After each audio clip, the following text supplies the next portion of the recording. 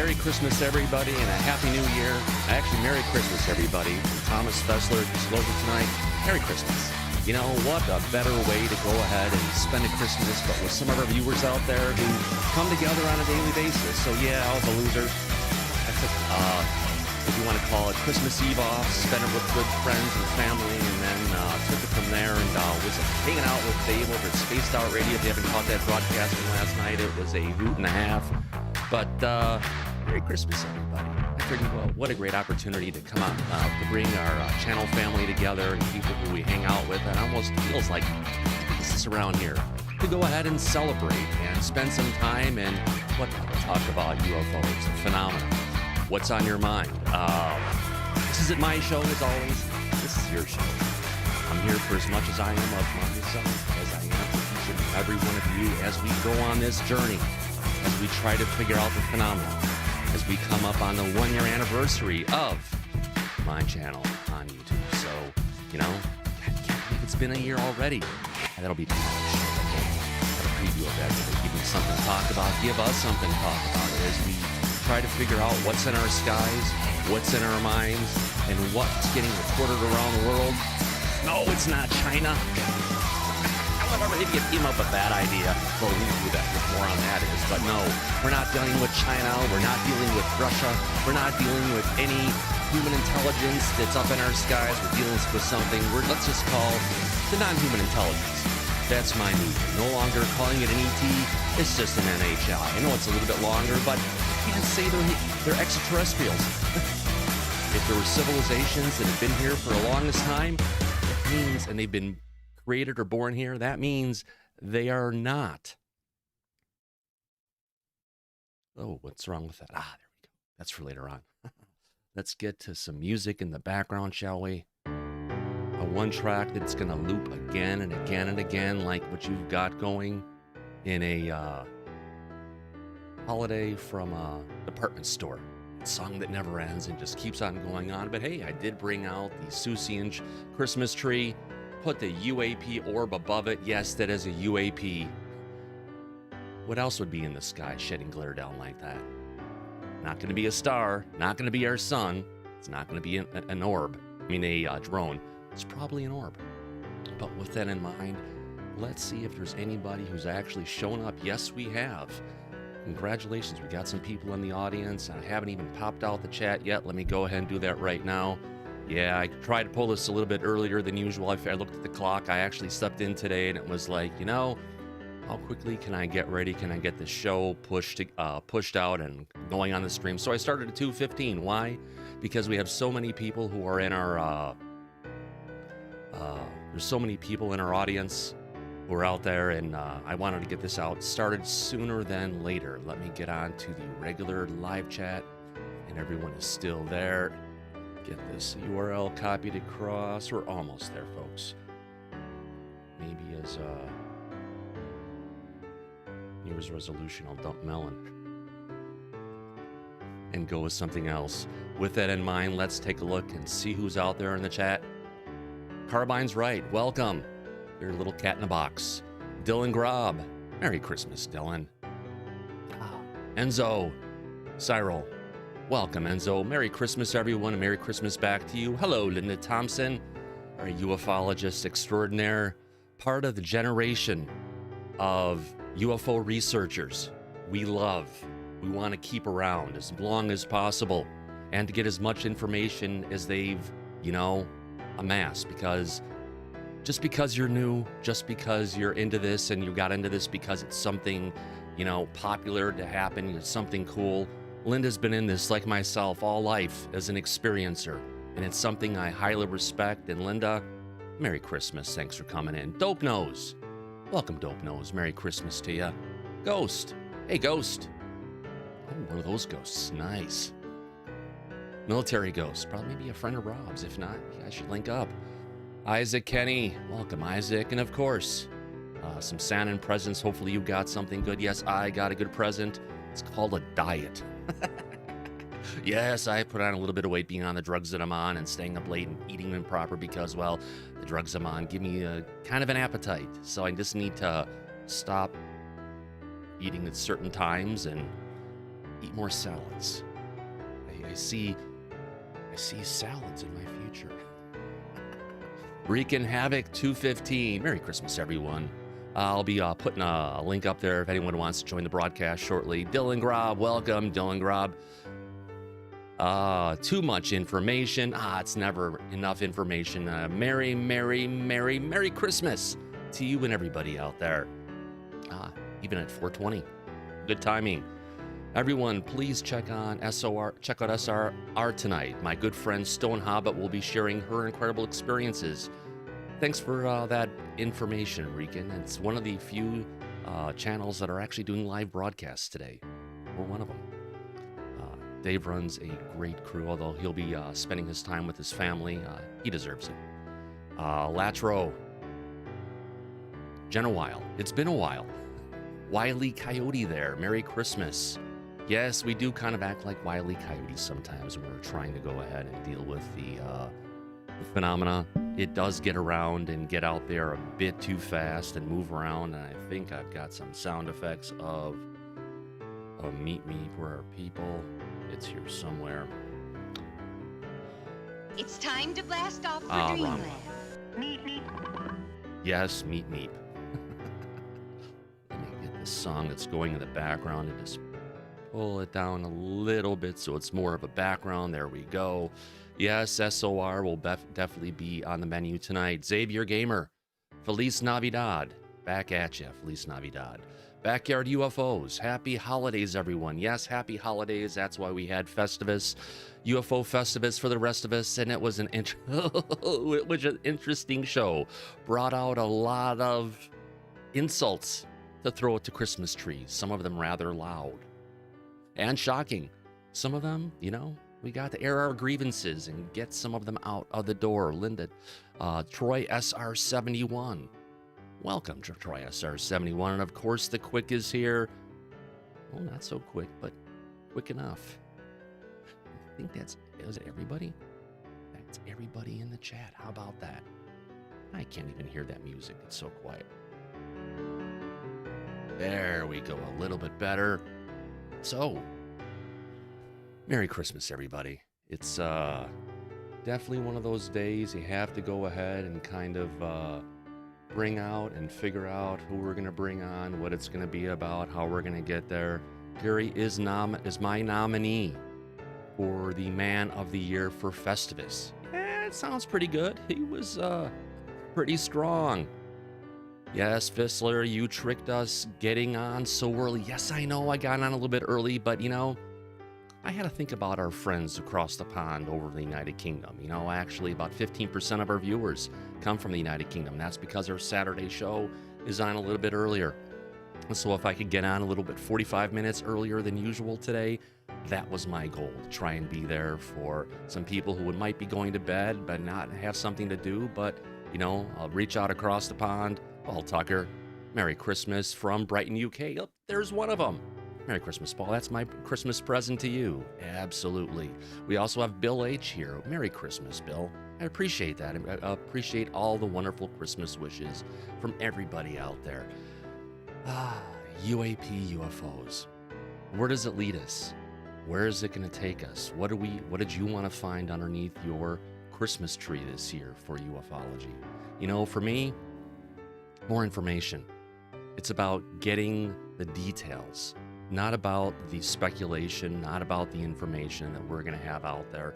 That's going to come eventually. Yes, we've been waiting for 75 plus years.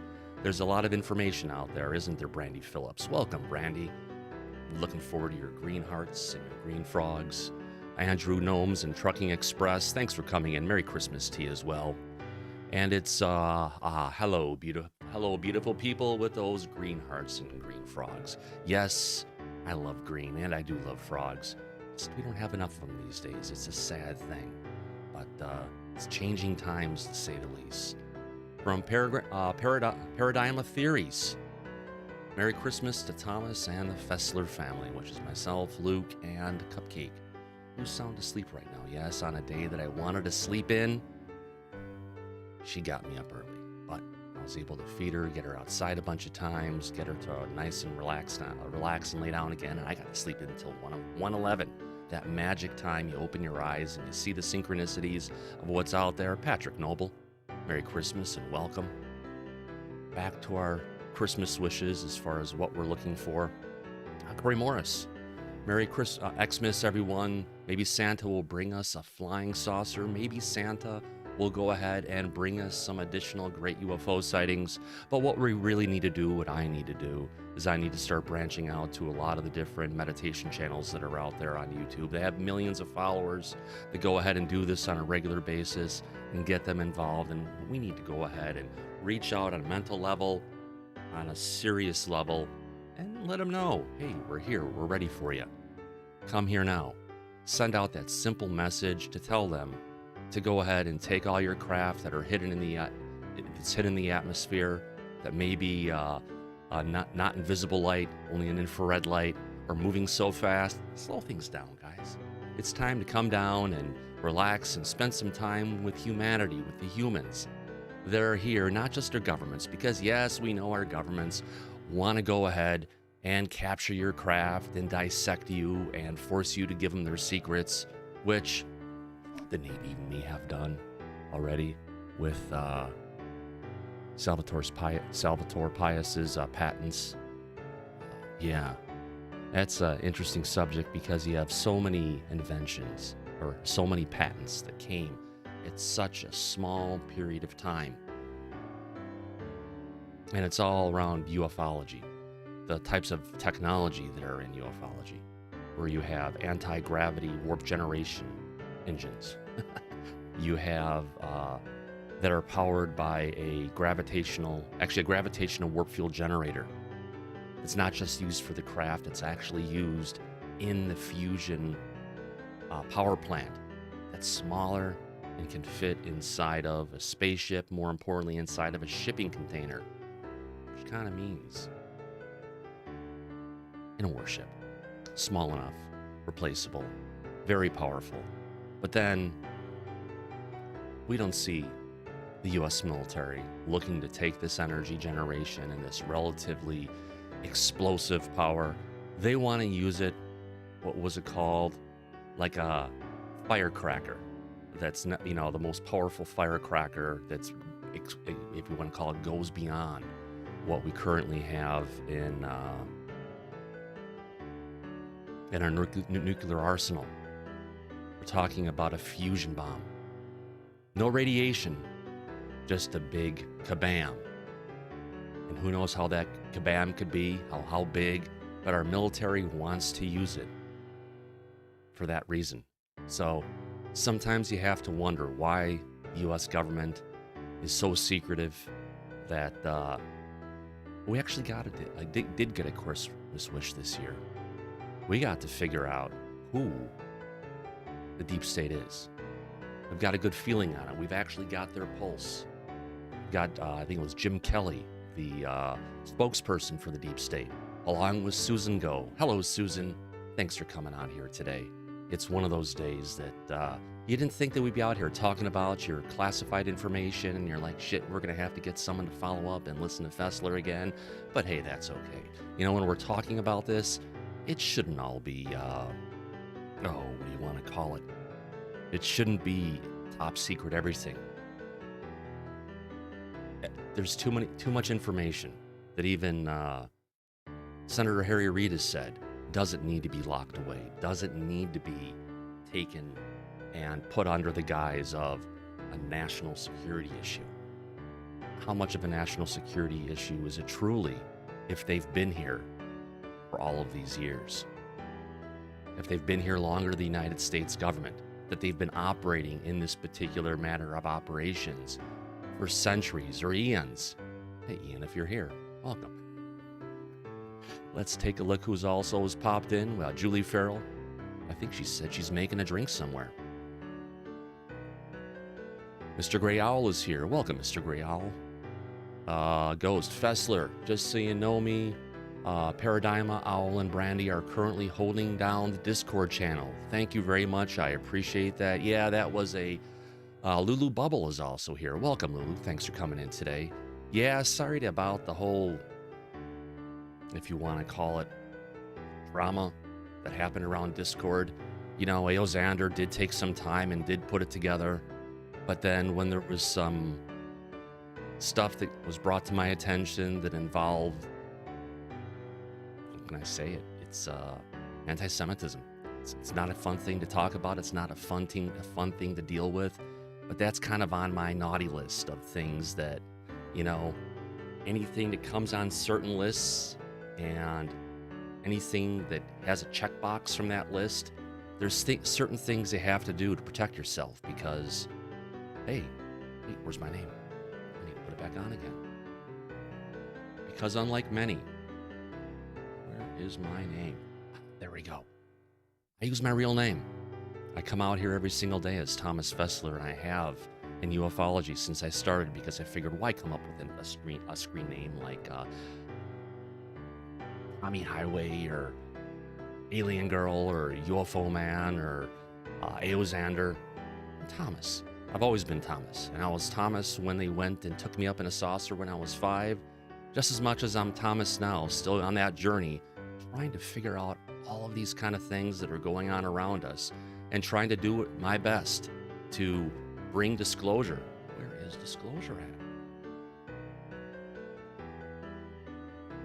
Wrong one. Image disclosure, that's not it. I want. You gotta be kidding me. I don't have the show logo here? Let me fix this really quick.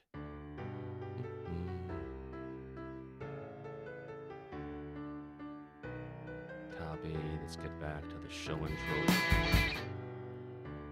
Here we go. Paste this in. There we go. So much better. When we have disclosure tonight, it's me. It's everything that I put forward, and it's Rob Heatherly and Tim Senor. It's all of us. Greg O'Brien when he was around. I think he got tangled up in that whole Elizondo thing. And it's disappointing, but sometimes people come, people go, depending on the things that are going on in their life. And hopefully, sometimes, things will level out. Ghost wants a wrench. Can anyone else besides Ghost speak for Ghost? I haven't been in Discord in a couple days. I'll admit it. So I just need a couple other people to go ahead and speak for Ghost. Let's see what other people are saying. Yes, LOL, Elizondo and Amy deserve each other. Yeah, interesting situation.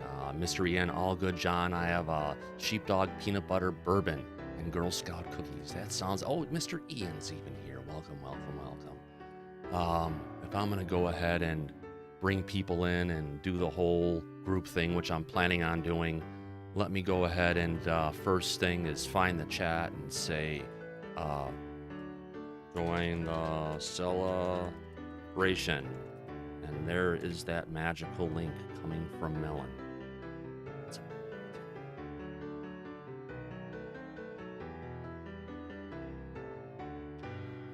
There we go. It's out there. Boom. Anyone wants to join the conversation, I'm going to have to get a camera set up in the meantime, but that's okay. It only takes me a couple seconds to go ahead and do that. I'm going to pin that message, then make it a Merry Christmas. It's not just about me talking up here and all the different things. I'd like to hear from anyone out there, whether you have camera on or off, to come and give us your holiday wishes or spend some holiday time with myself and the channel itself, because that's what it's about. It's not just about me getting up here trying to talk about things and different stuff out there, or talk about, you know, I guess we did kind of get an early Christmas present this year. We did get the media to start talking about the information of the phenomena, something that we don't get a lot of. Howdy Ghost and Robert. There's a mention of Ghost. Hey, ho ho ho, Andrew. Andrew Truckings and Nome Express. He's here as well. Ghost, don't let me down. You're a moderator. Gives you some power, but not much. Michelle Wade. I didn't know you were an abductee. I mean, Michael Wade. Yes, I am an abductee. It's not something I talk about in a lot. It's something I bring out here and there. I know most of the, live streamers aren't. And they're always looking for experiencers to bring on and to talk about something. It's something that I've dealt with since I was 5. It screwed up my immune system horribly at that time, and I'm still dealing with the side effects of that today.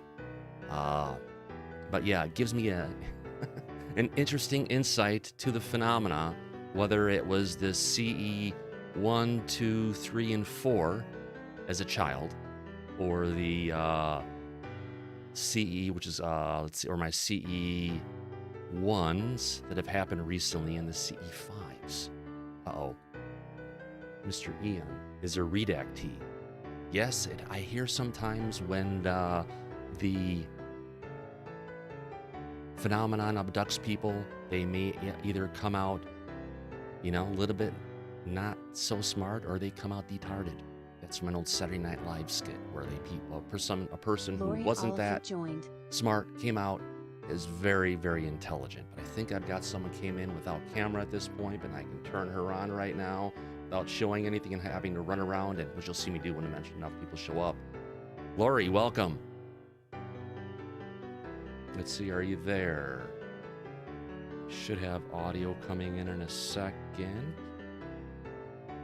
Now, Lori Oliphant joined the stream, but I'm not hearing anything. You have to go in the little settings if you're joining. Just make sure you go ahead and actually hit the little gear and change your sound input to the proper microphone. Camera may not work if it's Android. It's a melon. I'm aware of that, and plan on leaving the platform. Corey Morris. Welcome, Corey. Has anyone else noticed there seems to be a mass awakening? I felt a new family member trying to read me. I look at her, then sent her a little, hey, LMAFO, and she about crapped her pants. Yeah, for me, I started noticing it around 2019. That's when I had a major awakening on a massive scale, and started bringing the question of what's going on with me, and I'm sure it's got to be going on with more people on the planet. I think as 2021 rewrote the history books, actually even years before it, but what happened with the United States government in 2021. Oh, Lori, you must be on an Android phone. I saw you there. If you try selecting your mic, we may be able to hear it. If you have an old laptop or something, sorry about that, Lori. I'll be taking care of that as soon as I possibly can. What are other people saying in the audience right now? Merry Christmas, friends. Coming in from Elliot D. Merry Christmas, Elliot. We have Mr. Eon, but they covered it up. Welcome, Mr. Eon. I had a feeling you'd be showing up here, as well as Backyard UFOs. I have been following Thomas from the UFO Man days. Wow, things have changed. Yes. I'm glad you brought that up. I was kind of stifled a little bit over by Tommy Highway over on that channel, and was always a battle and a fight after almost every single one of the episodes we were on. There was cordial, if you want to call it, on-screen between us, but afterwards it always turned into a battle, and it put poor Tim Dust in the center. It wasn't fair for Tim to have to be in that particular place, and it sure as hell wasn't fair for me, because sometimes I actually had to go ahead and do what I had to do to protect myself. Our ranch, I've got you on audio right now. Are you there? Can you say something for us? Oh, you can't hear me, can you? 1, 2, you can't hear me right now. Let me, oh, no wonder why. Give me a second. You can hear me now, Air Ranch. Gotcha. No wonder why Lori couldn't hear me before, because I didn't even have myself showing. I don't have the studio up and showing on this right now. It's something that'll get taken care of here. Let's start virtual camera so you can at least see me there.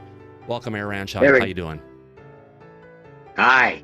Merry Wait Christmas. a second. I can't hear you also, so let me get you turned on to 1 second, 2 speakers, I think. Let's try and hear you again, Our Ranch. Actually, I think I know what the problem is. I'll get you there in 1 second. I'm just trying to think here. Can you hear me? Yeah, I can hear you. We can hear you fine. You're in Chrome, which is a danger zone, but we'll deal with it anyway. If we crash, we know why. Oh, okay. Okay. Buddy, I wanted to wish you a Merry Christmas. Thanks, man. I greatly appreciate that. It's one of those days that we try to deal with things and bring people in. You know, from one experiencer to another, from one abductee to another. Yeah, I had You no know, idea that you were an abductee. About 3 years old, 3 to 4 years old. Yeah. What part of the U.S. were you in? I was in Sacramento, California. California, interesting. Yeah, what year, if I might ask? Oh, it was about 1973. Same years they hit me, my friend. 74. Yeah. Yeah. Right outside my house.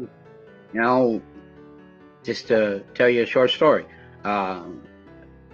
In my bedroom in my grandma's house, you know, late at night, early morning, a diamond-shaped, colorful, spiraling craft outside of my grandma's backyard. And I woke up in my bed, you know, sometime after that, and you know, I've seen them. I haven't seen them, but I've seen their craft all my life. Yep. They follow me. Yeah. Have you ever gone through any kind of self-hypnosis trying to unlock stuff that's there? I know for me, it came by, I had a bunch of different flashbacks where I got parts of a scene. And when the lighting in these scenes, wasn't just a flashback of seeing something. It was emotion, it was a lack of emotion, that feeling of that euphoria that hit, the color of that white light.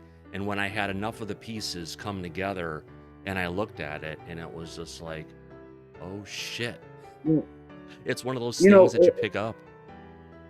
Age 3 and 4 years old, there's not much that you can recall. You know, there's so many events that happen in your life, and you try to think back and recall them. But this experience, it's stayed with me. I mean, it's crystal as if I seen it yesterday. Yeah. You know, the shape of the craft, the way it just hovered in my grandma's backyard and rotated and like a diamond almost. You know, if you was to take a colored light and put it through a crystal and spin it, that's what it looked like. I gotcha. And it stayed with me, and yeah, they followed me all my life. Yeah, they're following me. I just seen another craft about a week ago. 1 second, Fly right over. Mysterion. I'll bring you on shortly, Mysterion. Yeah. So, well, I just wanted, I wanted to touch base with you. Yeah, thanks, man. I appreciate it. And And come back on another time. We'll talk about it a bit more, even online, offline, whatever it is. For me, the one thing that I'll never, ever forget whenever I think about it is that, oh, God, that white light that came pouring in, the kind of white that's almost like a white fog, and it's so bright and just fills up the room. The most interesting thing about it is it doesn't hurt your eyes and it doesn't make you squint. I don't know if it's a different spectrum of light, whatever it is that's coming in that you're actually seeing, but yeah, they have their ways. And actually, this year is the first year I actually figured out, yes, there was missing time. it was. Oh, And, yeah, for you my know- dad. Because from the Yeah, I point I truly ran believe- down that stairs and slammed that door, till when my dad got I out of his truly bed and believe- was able to race down there and say, "What the hell are you doing making all this noise?" Felt like hours had passed by. Yeah. Yeah. Well, Which listen, means Merry they Christmas. had everything in a time warp. Locked down. Merry My dad was in one time and I was in another. Wow. Yeah. Wow. Yeah. You asked me about the hypnosis, and I've never gone through any kind of regression. Yeah. I got you. I'm thinking about it. I just don't know who to contact to get Yeah, something there's like that done. self-hypnosis you may want to do what's a little bit more under your control, and some stuff that I can send across for you, and some different ways that I can kind of talk you through that kind of stuff. But we've got another person who's coming in right now. Do you want to stay around? Do you want to take off? Take off. I'm going to take off. I got my family here. I just wanted to touch base with you, and thank you for having me the other night. Yeah. And Merry Christmas, buddy. Thanks, man. Have a good one. Take care. You too. as we get rid of, as we say later to our fun or our ranch air gun fun channel, we've got another person who's popped in here, Mysterion. Oh, Mysterion, yes, of course. Hey, Merry Christmas, you crazy man. Yes, Merry Christmas. How's it going? But first, before we do anything, I need to say Merry Christmas. And thanks to you all from Jan. Thanks for the $5 super chat. I've got the Chips music running in the background. Did not have a chance to get there and everything, so I want to thank you for the super chat, Jan. It means a lot. Merry Christmas back at you. We can take and shut that down. I've got I don't have the full chat room set up right now, so this is just me having fun on the fly, bringing in. Oh no, I'm only dropping in to say hi, mate. Yeah, thanks for coming in, Ian. I appreciate you stopping around today and wishing a Merry Christmas. Yes. Have you had a good day? Have you eaten enough? Oh, I haven't eaten anything. I've been having coffee. I've slept in, something I most absolutely needed. My little dog Cupcake has decided to start getting up at what time? 5 o'clock in the morning. Not 5. 8:30, 9 o'clock every day on the clock, because that's usually, when I'm starting with meetings, so she's used to it. So even on the days off when she would kind of used to sleep in until like noon or so, or 1 o'clock, nope, she's up. But I was able to take care of her, get her some breakfast, get her to run inside and outside for a bit, and then back off to sleep. And that's when I went back off to sleep. Sometimes you need that additional bit of rest. Yeah, I'm on the coffees as well, but obviously I've got the sheepdog in there. There you go. I think I'm going to sleep well tonight. I do love your Christmas tree, Tom. Why, thank you very much. You're an ornament on it. Let me move you across to the other side. Please explain this Christmas tree. What is it? It's a wonderful piece of art. It is a Dr. Seuss Christmas tree. Of course. Yeah, with a whole bunch of dark ornaments, of course, and rainbow icicles and stuff. I used to go to a secondhand store every day after we'd have our morning meetings and get there as they first opened and get hands, the ability to go and pick through some really good stuff at a really, really cheap price. Something I enjoy doing. And with, of course, COVID and everything, it kind of changed the whole conversation out. But that is one of the trees I used to have actually up at my desk at work. And I would have, some signs with arrows pointing in different directions for different spots where things were at. And kind of what it was a sign saying I was on a mobile app team. And the signs were kind of you showing. did the Dr. Zeus game, didn't you? Yes, I did. Yeah, I just wondered if it was relevant to that. So. Well, I saw it, and it was by the checkout stand, and I said, I've never seen anything like that before. How much is it? And it was like $22, less discount. And I was like, sold. I bought it. So, I kind of had it as a sign where that tree was at, kind of showed where, if you want to call it in retail and e-commerce, came together with mobile apps. And that's kind of what I do during my day job. Not going to say where I work at, but it's something you have to have fun with. Right, well, anyway, just wanted to drop in and say Merry Christmas, and Merry Christmas to everyone in the chat as well. Thanks, Ian. Thanks for coming in. I appreciate you stopping by, and we'll do this one at a time. That makes it a little bit easier for me today. All right. Thanks, Love everybody. you, brother. Take care. See See ya. you soon.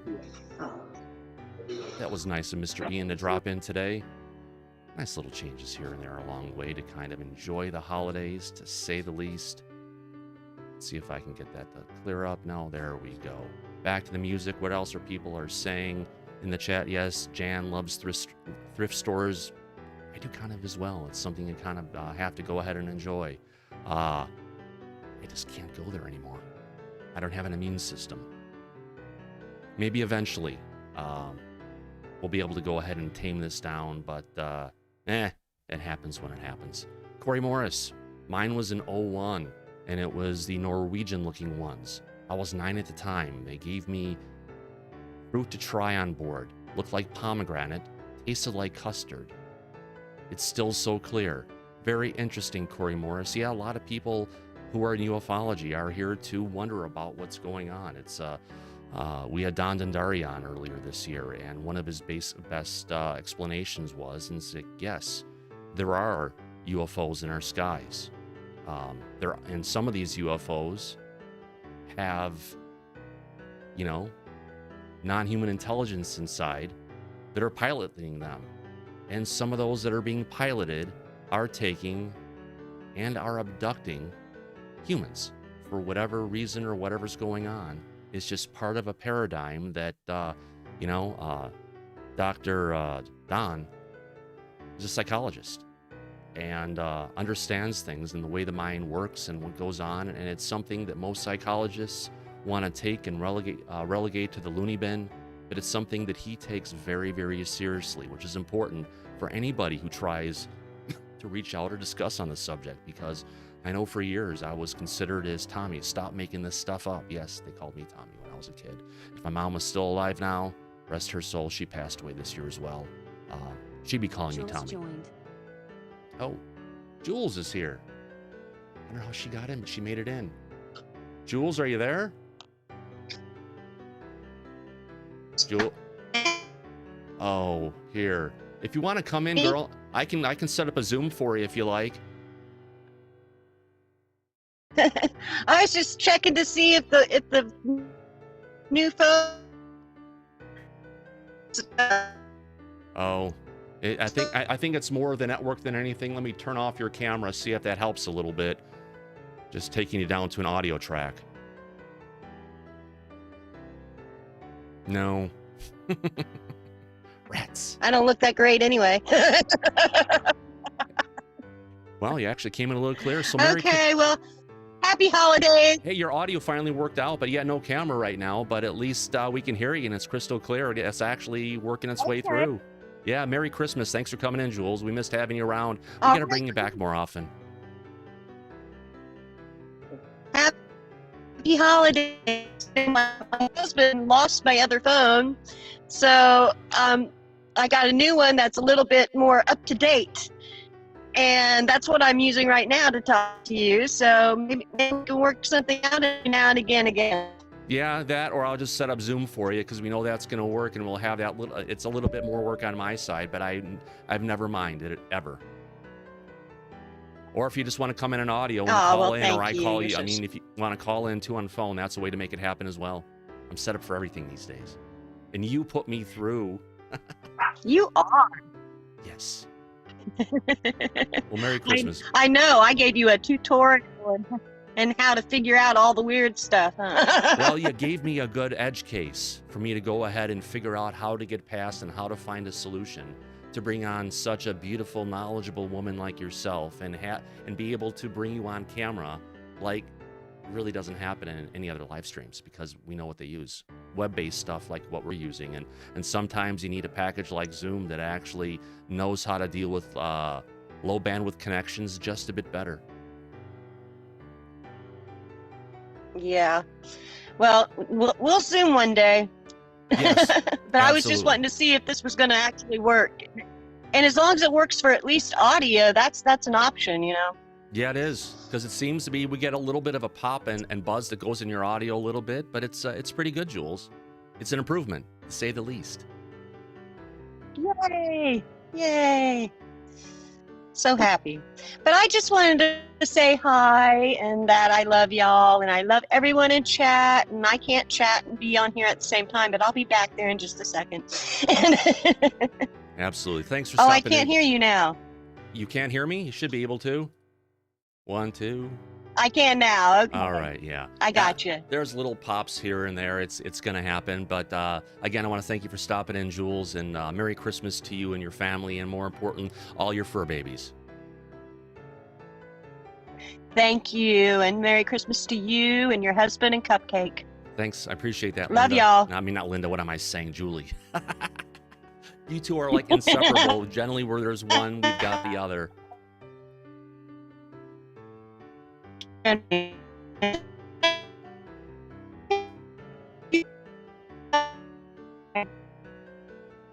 Uh-oh. I think we're losing Jules. Her voice went down to sounding like she was auto-tuned. Oh.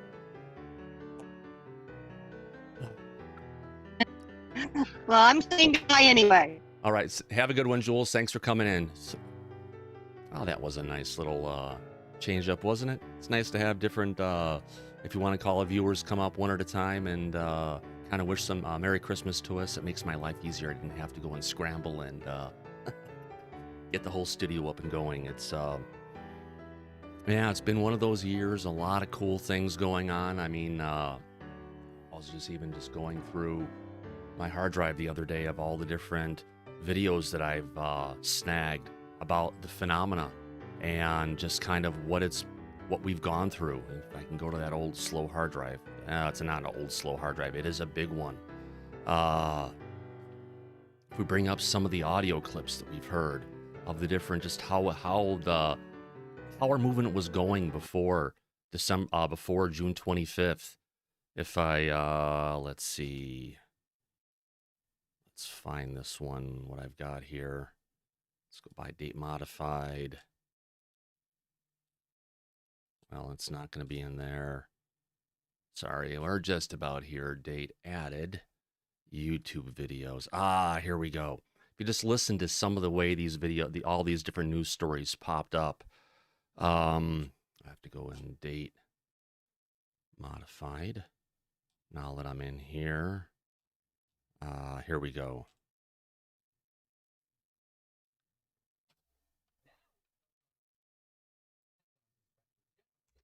Videos recorded by U.S. Navy personnel have added a new layer of evidence to the current national debate about UFOs.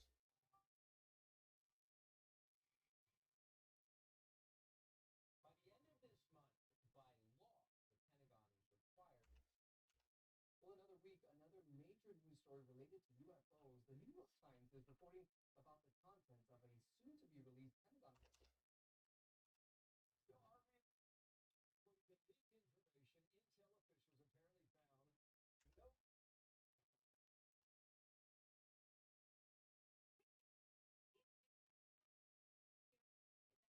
The renewed interest in UFOs, government acknowledging spending.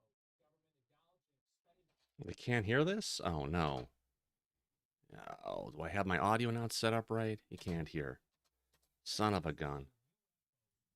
Well, I'll leave this one. Oh, I know why. It's because it's in preview. I've got an idea. Let's see if I can get over to my audio mixing and blow this thing up, shall we? Oh, boy. Yes, I'm sorry you can't hear. You couldn't see that. I'm being a schmuck at this point. If I go to OBS, Melon Audio, I've got this turned on, and I want to get it through pass through. Let's see if this goes here. No. Let's add in. Well, if I do it one at a time, I think. The renewed interest in UFOs, government acknowledging spending time and money looking into them. So there's a bunch of the news was just hopping with UFOs coverage. And finally tonight, it may sound out of this world, but it's true. The U.S. government is analyzing reports of unidentified flying objects. And actually, let me get this across to here. I can probably show some of these as I'm bringing them up. Studio video. And it's the screen right over here. Perfect. This is exactly what I need. Let me move this out of the way over here for right now. And let me just bring this up over here. And let's bring them up one at a time. It's in the wrong place, of course. Get these set up. That is pretty big right now. And I just need to go into here and give me a second. Radio. Got it. All right. There we go. Got the tree behind me without the effects. So let's just play some little clips from different, news coverage that's out there. And finally tonight, it may sound out of this world, but it's true. The U.S. government is analyzing reports of unidentified flying objects. The Pentagon is reviewing. We've got that one. Oh, we're going to the wrong window every time, but that's okay. Another one. I should have had these all canned ahead of time, but. Well, there's some concern and action at NASA indeed, because UFO sightings are generally dismissed often as someone with an overactive imagination, or it's an optical illusion, or it's some American aircraft that someone in our country just doesn't recognize. But in this case, federal lawmakers who have been briefed on the sightings say we're dealing with something Yep, it was there. We had a lot of information on news coming out this year, and it was almost like an early Christmas in ufology. Videos recorded by U.S. Navy personnel have added a new layer of evidence to the current national debate about UFOs. For the first time, radar images recorded inside a Navy ship have confirmed the presence of several unknown objects that swarmed around the ship for hours. Another coming from the BBC even. Let's bring this one up. Established last year to investigate decades of unexplained aerial sightings in U.S. airspace. Sophie Long reports. My gosh. We've seen this video so many times, time and time again. An encounter between a U.S. Navy fighter jet and an unidentified flying object, or what the Pentagon prefers to call an unidentified aerial phenomenon. Well, if there's a thing. I have another one coming from City News up in Canada.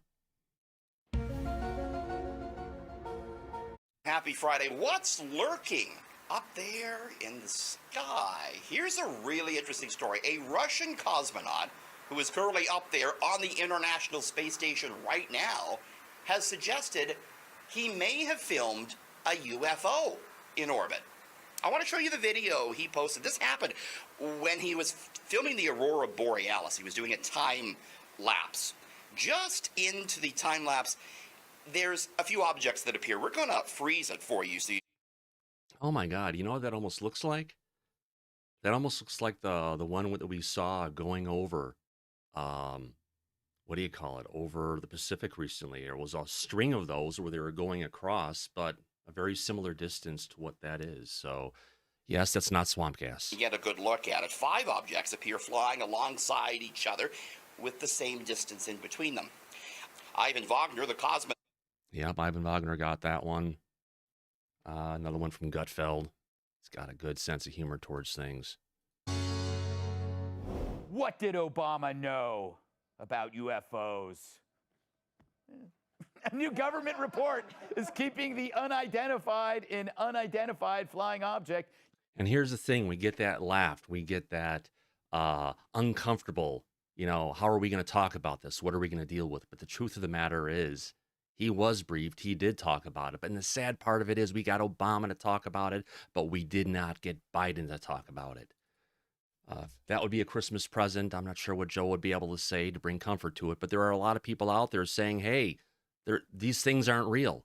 You know, it's because they're not, I hate to say it, we don't want to have to rely on mass media, but in some of these things, we absolutely have to. 3 details of a new government report on unexplained aerial phenomena came out. Intelligence officials found no evidence that these UAPs or UFOs are alien spacecraft, but they also didn't completely rule it out. Yes, but now we've got the new situation, the new Gillibrand Amendment that was also put together by Senator Tim Burchett and Representative Gallego from Arizona. Without them, we would not have moved forward. So yes, there was a little bit of information that came out, but now the motherload of information has come out. It was Congress saying, yes, we know about this, and this is the stuff you're going to have to report to us. So while we got that little bit of something that came in the beginning of the year,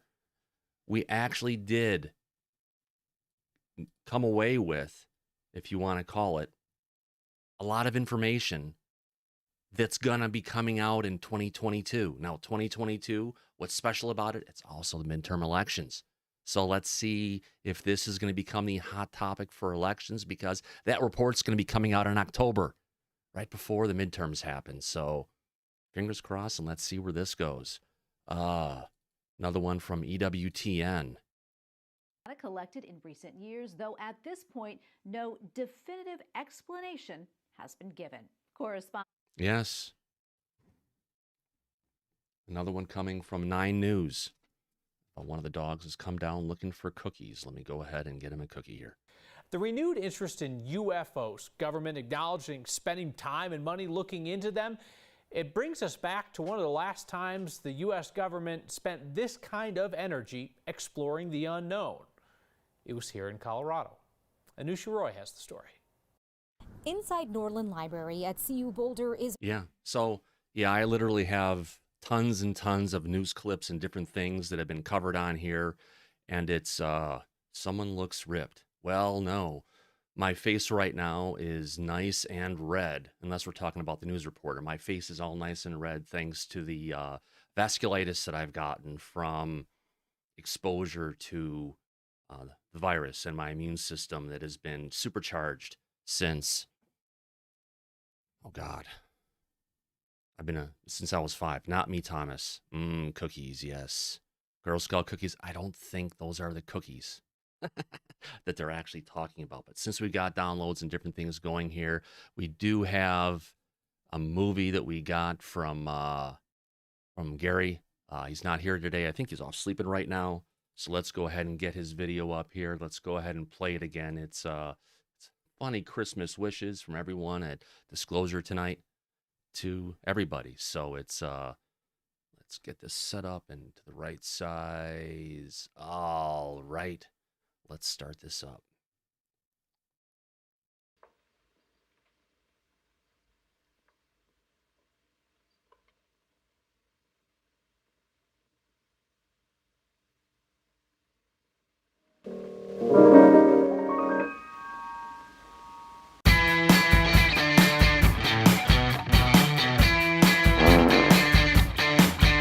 And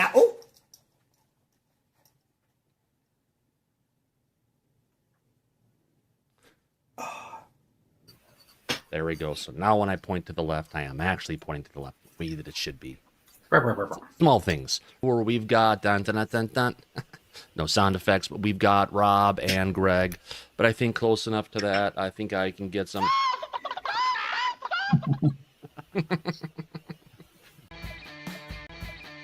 Yeah. And so I think that it was groundbreaking. It's just they didn't move with the times, and I think that...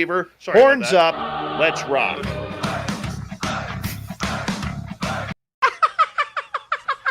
So there's got to be some ways to get around these guys who won't let us in the front door.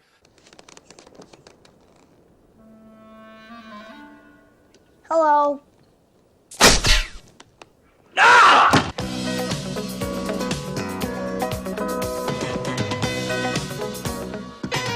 You stayed up last night to midnight. I did. And watched The Matrix.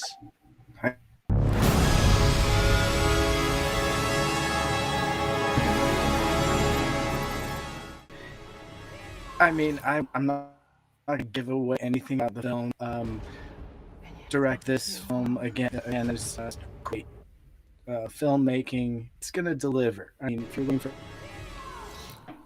Yeah, I enjoyed it. It's awesome. You should definitely go see it if you're a Matrix fan. It's going to deliver exactly what you're looking for.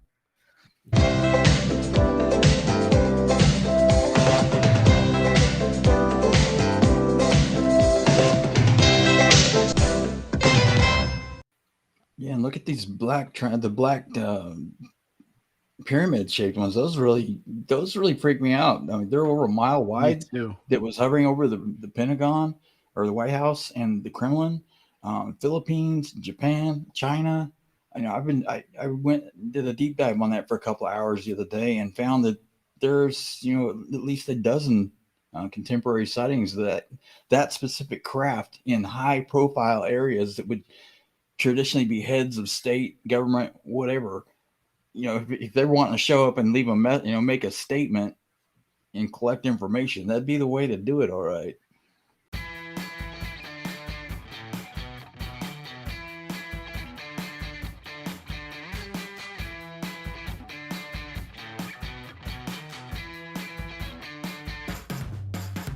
Denial.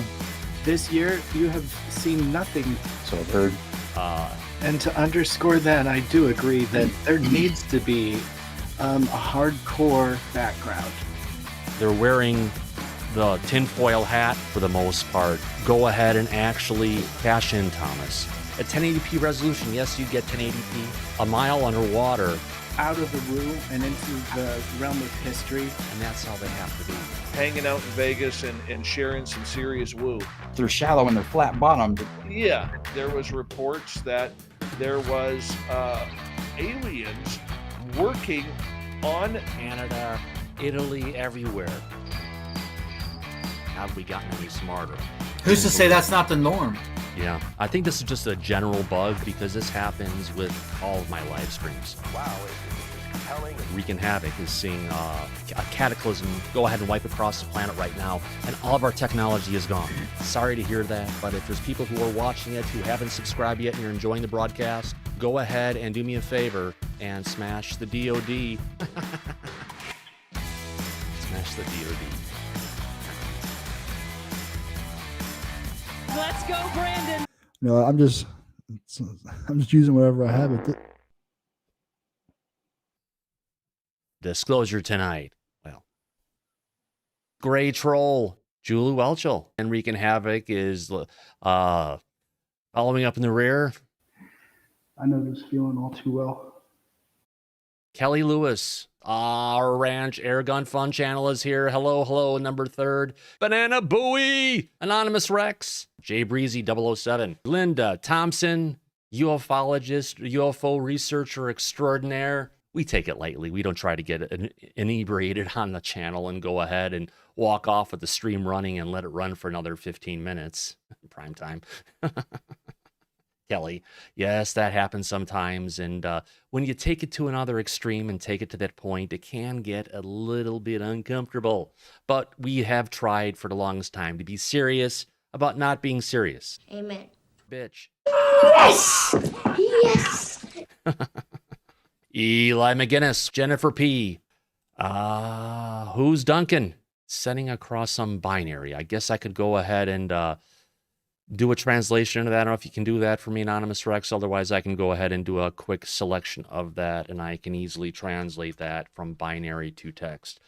Let's just go ahead and do this right now.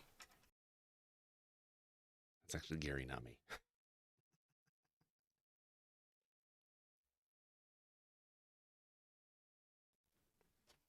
What does it say?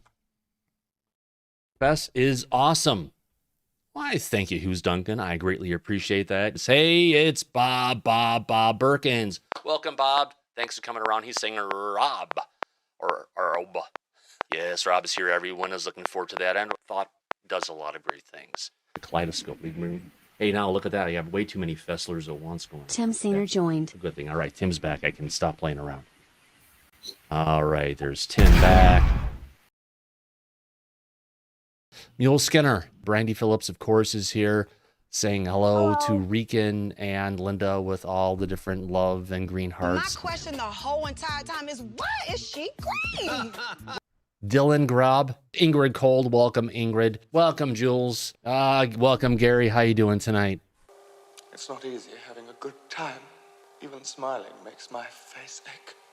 And my children turn on me. Rocky's behaving just the way that Eddie did. Do you think I made a mistake? Splitting his brain between the two of them. Yes, people think I do this show alone, Tim. But I don't. This show wouldn't be possible without Greg O'Brien with his hat and glasses on. It's interesting to say the least. And now it's time for a breakdown.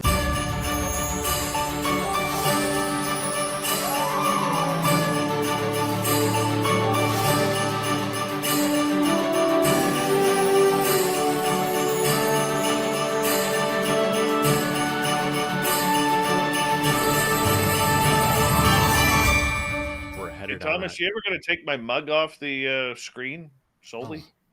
I think that our nuclear assets or nuclear weapons, I would call them assets, hindrances.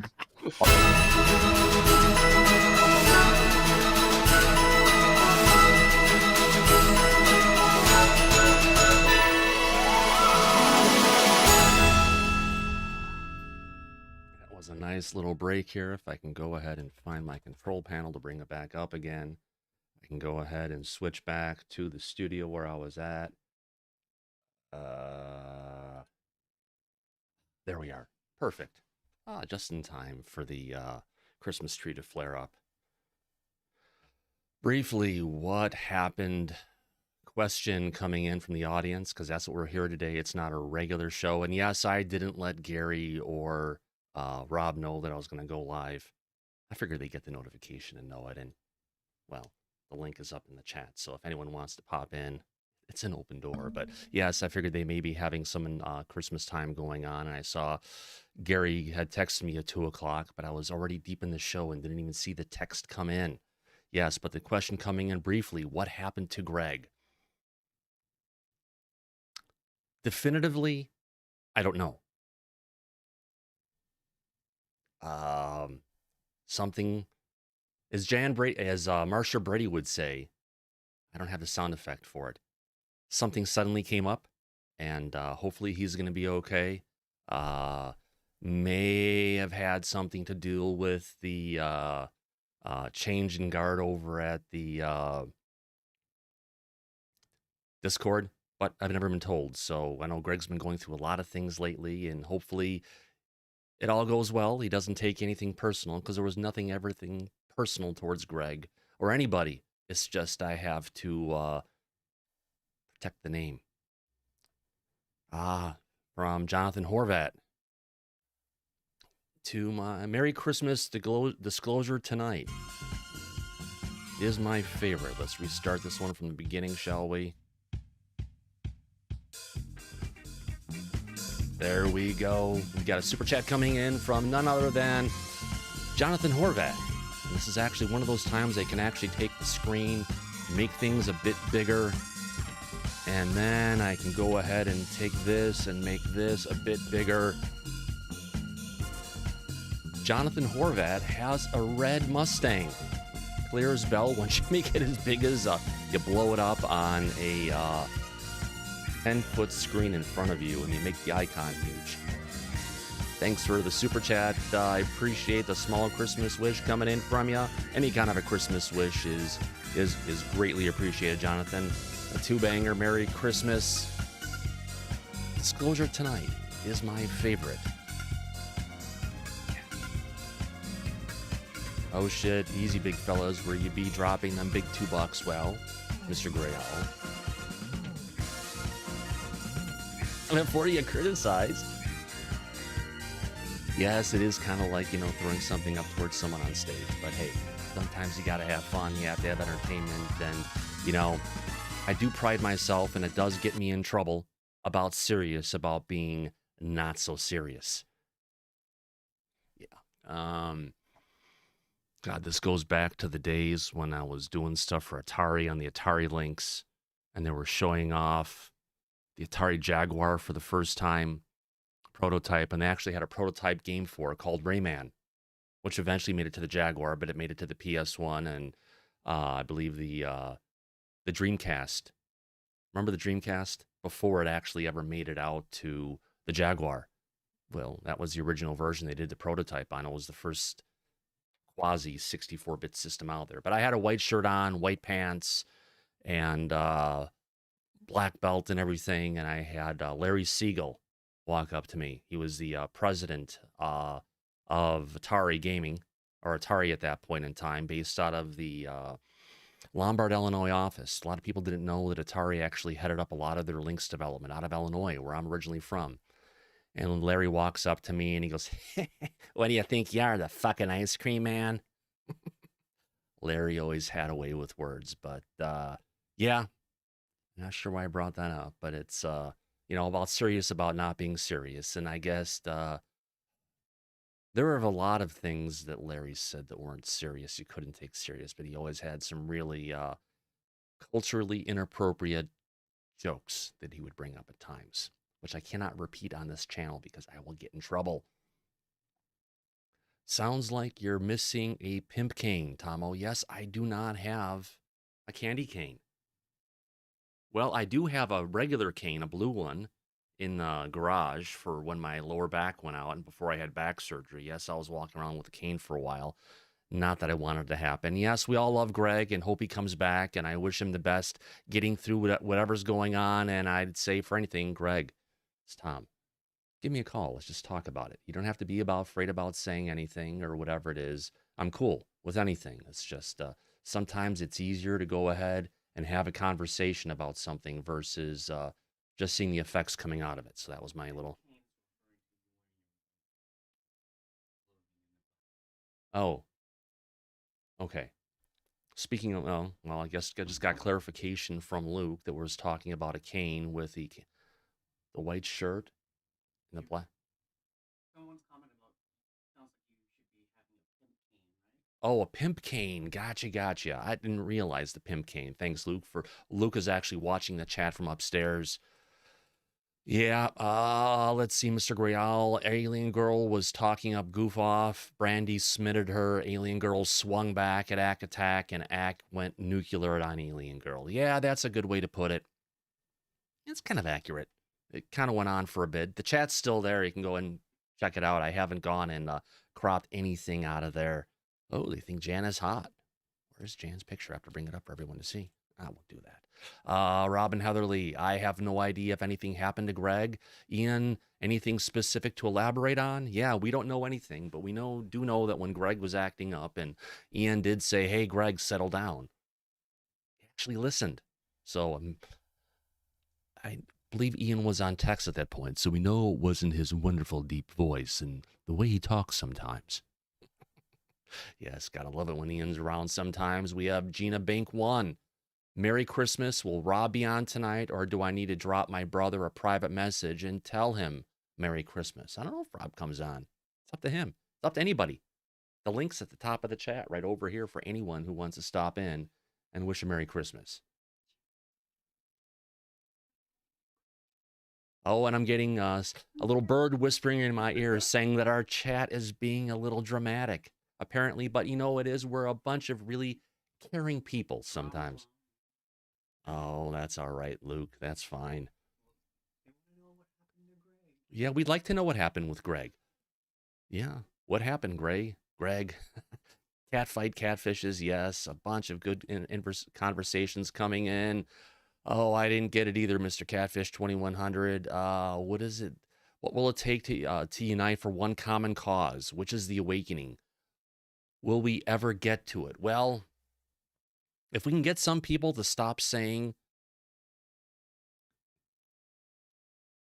that it's China, that all the drones we're seeing are China, that all the UFOs that we've been seeing are Chinese drones, you know, the false narrative that's being China or China. Yes. If you get down to it, and you have to stop with this false narrative for freaking chat revenue. You know, stop saying you're going to quit your show because people aren't listening. Start trying to find the truth. If you call yourself a ufologist, do some actual research and show it, versus trying to look at the headlines, figure out what's a good angle that I can come up with and talk about, and just go ahead and throw out a bunch of disinformation, which unfortunately is misleading a lot of followers. So if we want to come together, first of all, we have to come on the concept that, yes, they're non-humans. Yes, we're dealing with a non-human intelligence. Let's call it non-modern day humans, as in humans today, whether it's humans from the very far past, potentially humans from the very far future. We're dealing with something from another dimension, something that warped its way here and has been living here for tens of thousands, if not millions of years. We just have to come to the, baseline that we're dealing with something that's real. We need to drop that, hey, we've got this, the outline from the UAPTF classified report, Richard Dolan, and you try to push that off to a lot of people and push that it's real. Let's stop hearing the bullshit about the secret space program. We have no, if people haven't realized by now, our government has no interest about seeding the galaxy, taking ET home. They want this for weapons and nothing more. And we're dealing with craft that was probably, created not with buttons and switches to make stuff happen, but dealing with something on more of a consciousness level of control. Or to, what would you call it? Less evolved than possible to get there. I would love to have everybody come together, and we need to come together and stop fighting at each other for the different suppositions and the different things that people are saying, it's about this or it's about that, or this isn't real or this is real. You know, we at least need to come to a common conclusion that yes, aliens are real, just like at a certain time, or the non-human intelligence is real. Period. And then put a common villain behind it. And that's Susan Go. It's the Department of Defense. Let's call it the deep state, the government that has been lying to the citizens of this country for over 75 years. Remember, that's the reason that the Air Force was put together, why we got the 3-letter agencies. It's for these guys. You know, they're all afraid of, you know, that this information could potentially, if we talk about it, that our adversaries will hear about it. Well, the thing is, this isn't a United States phenomenon. This is a global phenomenon. There are crashes all around the world, and not all with the United States allies who, you know, bend over anytime the United States government wants to come and take control and take the craft or whatever they retrieved. You ever wonder why the little bits of crash materials are so small? Because those are the only ones that the federal government didn't find in their crash retrievals. They've been doing it. They have it. They have stuff that's gone and been locked away. But I do see I have Wreaking Havoc has popped in. And I don't even have, let's go ahead and let's get back to this. Let's bring in John. Give me a second here, John, and I will bring you up here in a second. There you go, and I'll make your head a little bit bigger. Welcome, John. How you doing? Merry Christmas. Good. Merry Christmas, Tom. How you doing? Pretty good, pretty good. Trying to go ahead. Let me fix the cropping here so it's not so bad. All right. Move over a little bit. Doing pretty good, John. Nice. How was your guys' Christmas? Quiet so far. Not a lot of things going on. It's been quiet here. Haven't done much of anything except slept in. Actually woke up a bit earlier than I planned, fed the dog, got the stuff together, got to go back to sleep until 1 o'clock, and then I kind of forced myself awake and got ready for the stream. So it's been a pretty relaxing Christmas. How about yourself? Same thing. I just relaxed today. I celebrate my Christmas on Christmas Eve with my family. Oh, nice. So, yeah. Well, sounds like you had a deserving day off to relax. Yeah. Watched a bunch of movies. Watched Black Friday, the 1974 version. That and Home Alone, 2 movies that Gary likes to watch on Christmas as a regular thing that goes on. And it was cool that he had that opportunity to actually go ahead and be a part of it. Oh, nice. Chroma key there. There we go. Now your green's back again. So what did you do? Spend some time with the family, Rican? John? Yeah, yesterday. Ever since we weren't kids no more, they switched Christmas to Christmas Eve because my parents like to sleep in on Christmas now. Nice. So it was nice, good time. Yeah, it was rainy here. It was almost like 60 degrees in Philly. Oh wow! It's pretty warm today. I had the windows open and everything, so it didn't feel like Christmas today at all for me. At least for me, Gotcha. Just laying around watching documentaries. Yeah, it felt like Christmas here for the most part. Well, it does, but it doesn't. You don't have kids running around. My daughter, I think she's 27 at this point now, born in 95. Yeah, 26, 27, somewhere around there. And not sure what's up with her. I know she got pulled through the divorce with my wonderful ex, who apparently I'm still having nightmares about. Luke actually had me recorded like for 4 minutes of me saying, you know, it's funny when I'm in my dreams and things go on and I try to say things and this is my consciousness in it, trying to go ahead and do it. I have this hard time saying the words, getting them out in my dream. Apparently, I'm actually talking those words in real life. And like I always say, the only place I ever want to see my ex is in a nightmare. I don't know if you'd rather see an alien or your ex. I'd rather see an alien, honestly. Yeah, so I said, get out of here, you fucking cunt. I talk in my sleep too. Yes, Jan, I actually do have a daughter. Actually, when she was young, she used to hang out in my office when I was making video games, and one of her favorite television shows was Dragon Tales. And what I did was I saw the first Dragon Tales game that came out for the Game Boy Color at the time, and it was absolutely horrible. It was a pile of shit, flat out. So later that year, there was a Consumer Electronics show going on in LA at the time. And when I flew down there, I found the publisher, who actually it was New Kidco at the time, and I tracked down the vice president of development.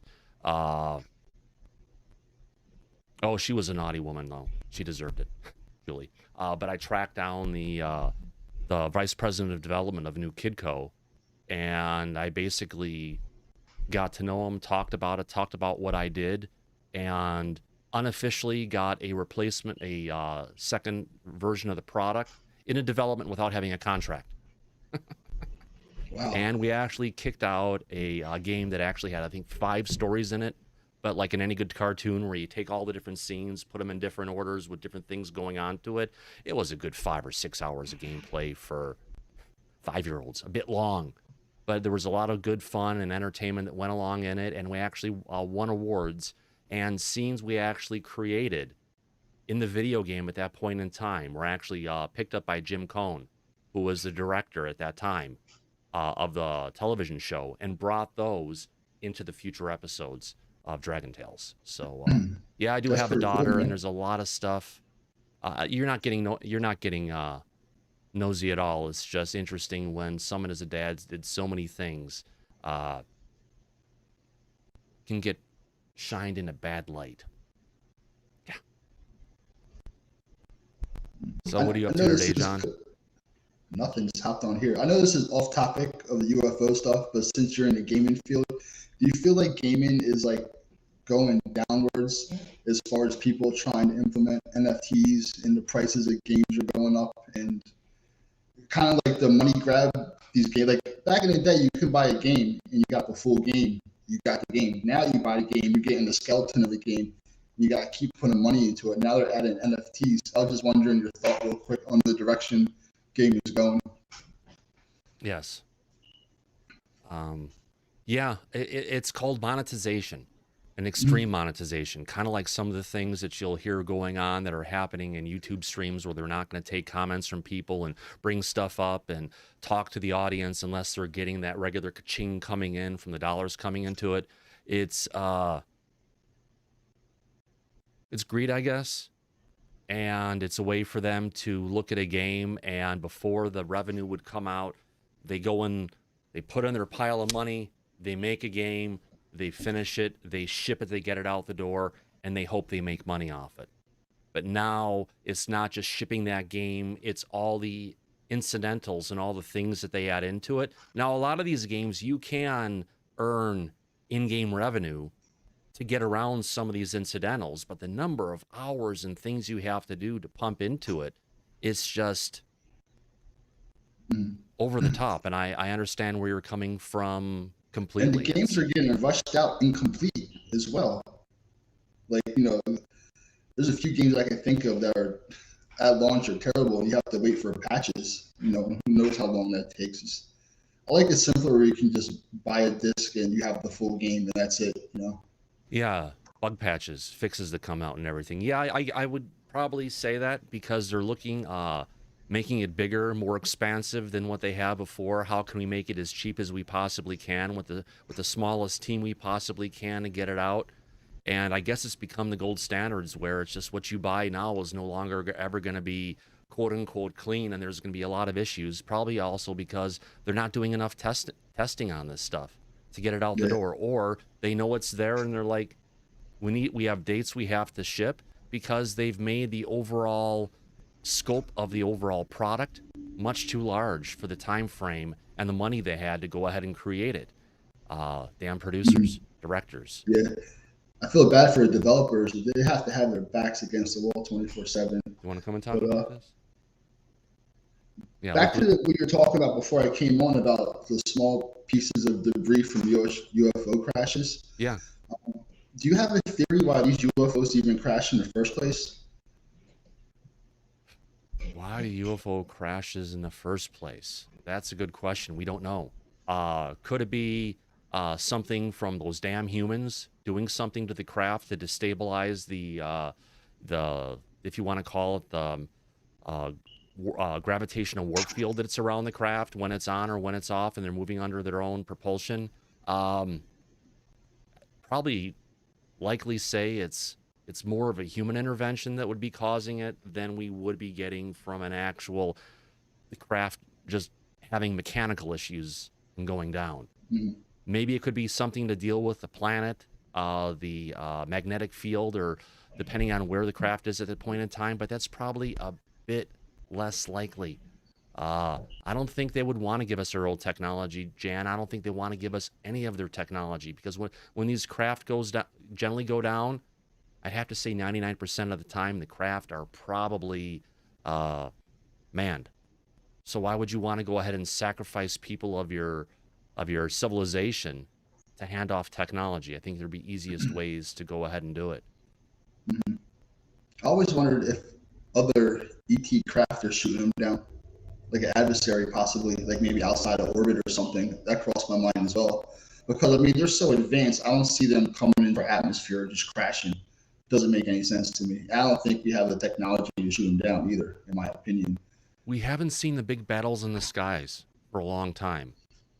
In ancient Hindu texts, they have and talk about almost nuclear explosions in the skies and the sky chariots and things going back and forth at each other, them going and exploding and a battle happening. We have in the history books going back, and I believe it was in like 1460 or so, we had it in Belgium where there was a battle over Europe, and then there was another one that happened over Germany, I think, around in the early 1500s as well. So within a 100-year time span, there were two battles that happened over Europe.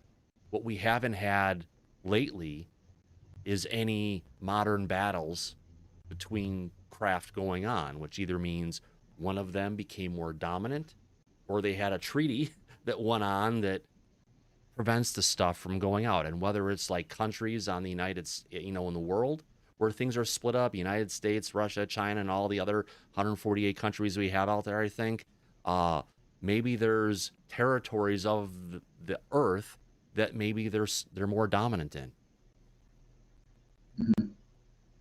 Yeah, I always wonder that. It's safe. It's safe enough to know that there's at least one. And the thing is, as Mr. Catfish is bringing up, we are one. Humans are one. And actually, from a personal message that I had delivered this year, the non-human intelligence wants to act as one for humanity, for the planet, and for both civilizations. So there's a need for us all to be one. That sounds great and all, but I never see that happen. I don't think it's this possible. There's too many people who are war hungry or money hungry that How about always just dismiss. greed hungry? Greed, yes. Yeah. We are one human race. We don't, tall whites, we don't know who are the tall whites. We don't know who the short grays are or the tall grays. Or you have the grays that were trying to go ahead and do genetic modification to go ahead and create tall grays that look like tall whites. So it's an interesting situation. Pamix, you don't need to feel lost. Just know that, hey, you're right here. You know exactly where you're at. And maybe a feeling of taller despair. But, you have to be happy for the situation you're in and always focus on the positive, not the negative. Because negative thoughts manifest truly negative energy in your brain. And it clumps together and causes your wheel of life, of energy that goes around you to be lopsided and get kind of sticky. So it's that thing of, being optimistic. They actually say that being optimistic can add up to 30 years on your life. So it's being able to, I've been through a ton of shit in my life, I'll tell you. Oh, so much shit. But, I learned at a young age to start looking at stuff from a positive way to make stuff happen, not from necessarily a negative manner. And then just quickly going back, there was a comment in here from Mr. Gray Owl. Where did that go? Mr. Gray Owl. We had a good comment I was going to say here, and I lost it. Beautiful description of your ex, Thomas Fessler. PM me if you want advice on exorcism of witches. You know, my mom actually did call her a witch once. She took her finger and went like this and pointed right at her face, and she said, "You're a witch." She didn't say bitch. She said witch. And boy, that was like Jerry Springer Thanksgiving. Granted, at what do you call it? It was like Jerry Springer, Maury Povich at Thanksgiving. Let's see now, my ex then was going at my mom and tried to go at her and start hitting her, which my mom was probably in her 60s, late 60s at that time. So I had took my ex and I pushed her up against the wall, and it was like, no, leave her alone. Don't do this. Don't do this now. It's Thanksgiving. And then this is right after I had neck surgery. And then my sister-in-law came and put her hand and her long fingernails into my throat and was squeezing, who I then literally grabbed her by the neck, took her, pushed her up against the wall when I had my ex there saying, "Come on, settle down, no fighting. You've had too much to drink." And then it was my brother-in-law who came and put ex-brother-in-law, and he's the guy who actually saw the UAP. He was on the Nimitz incident in 2004 and told me all about it in early 2005. Put a neck lock around me and then went to go pull me back. And then my dad was there. He had the cane up and said, "Not by his neck. Put him down." Was going to hit him and stuff and knock it down. So, yeah. Jesus. Oh, it was fun. I mean, I can look at it now and laugh at it, the whole situation. Yeah, there were... My ex had already known I had been gay for a period of time, and I was trying to end the marriage, but she had a reason to keep the marriage going. It was because she was liquidating the $1 million out of the bank. Gambling. Interesting times. $1 million gambled away. So that was a really fun Thanksgiving. However, being the energy worker that I can, you can deal with really evil people. You can go ahead, and it's dangerous. You can collect their negative karma, the negative things that they have done to you, they have done to others in the past, present, and in the future. Now, it's very dangerous because some of this stuff can leech on to you, and if you don't do it right, bad things can happen to you. But then you can take it and you can launch it at them. As I call it a karma bomb. And when you go ahead and do that, it's kind of like, imagine you've got someone sneaking in the darkness through a room of goblins and other nasty things, and then all of a sudden you throw a bunch of blood and guts on them, which are really tasty to the goblins. You know, their favorite food, this negative stuff that they love, the energy to like live on and go after, and shine a light on them. It has its effects, but I've learned the hard way. Photographs, if you use them, you have to put your finger on the right person. Otherwise it goes to the wrong place. Whoops. Crazy. Oh yeah, yeah. That was the one I got stern talking to by Colonel John Alexander, and he made me promise. He had brought on someone from Stanford Research Institute who was dealing with remote viewing and all the different stuff. Because I talked to him about that, and a bunch of other stuff that I had done. He's like, "Thomas, you are dealing with something you have no idea how dangerous it is for you and what you're dealing with. You have to promise us that you will never do this again." And I've listened, mostly. Always want to dabble in that. Like remote viewing, I don't know. I feel like there's things I can do that I don't try to do. Yeah. I kind of, like, once in a while things will happen that I don't initiate that are kind of along them lines. So I always wondered if I actually put effort into it, that I can possibly do it. I don't know.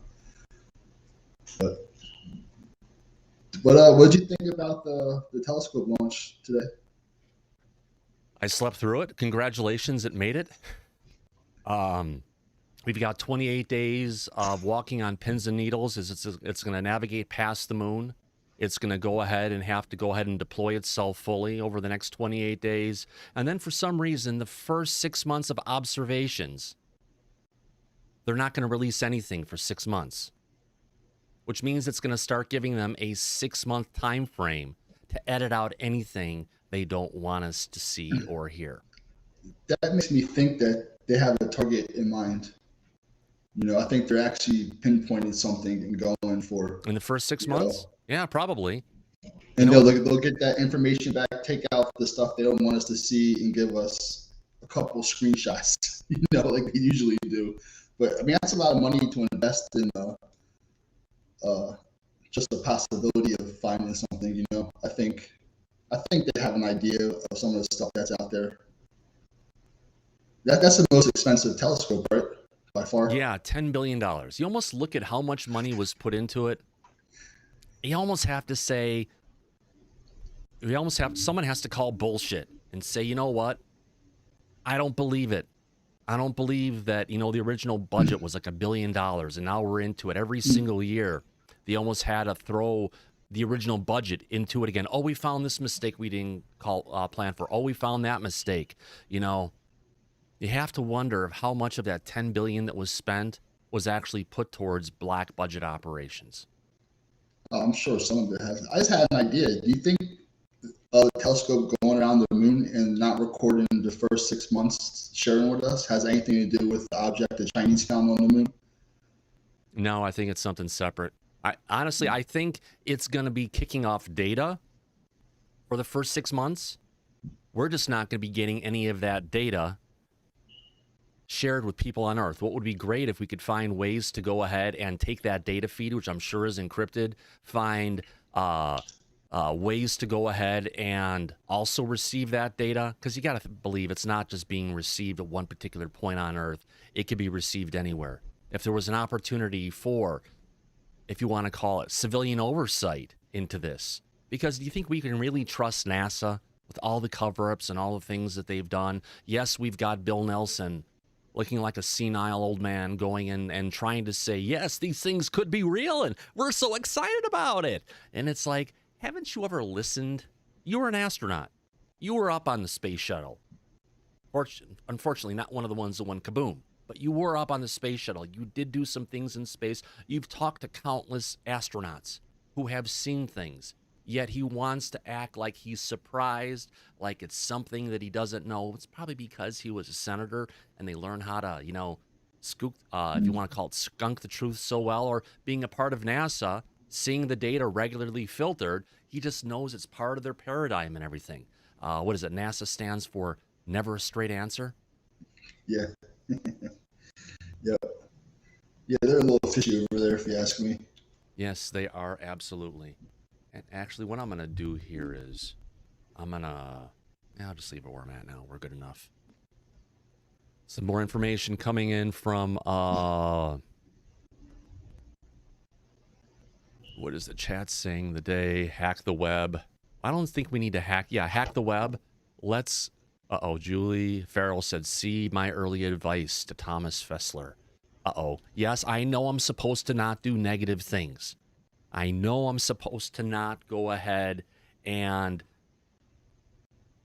use energy and do something like this against others. However, back in the Old Testament, forget the new one, go back to the Old Testament.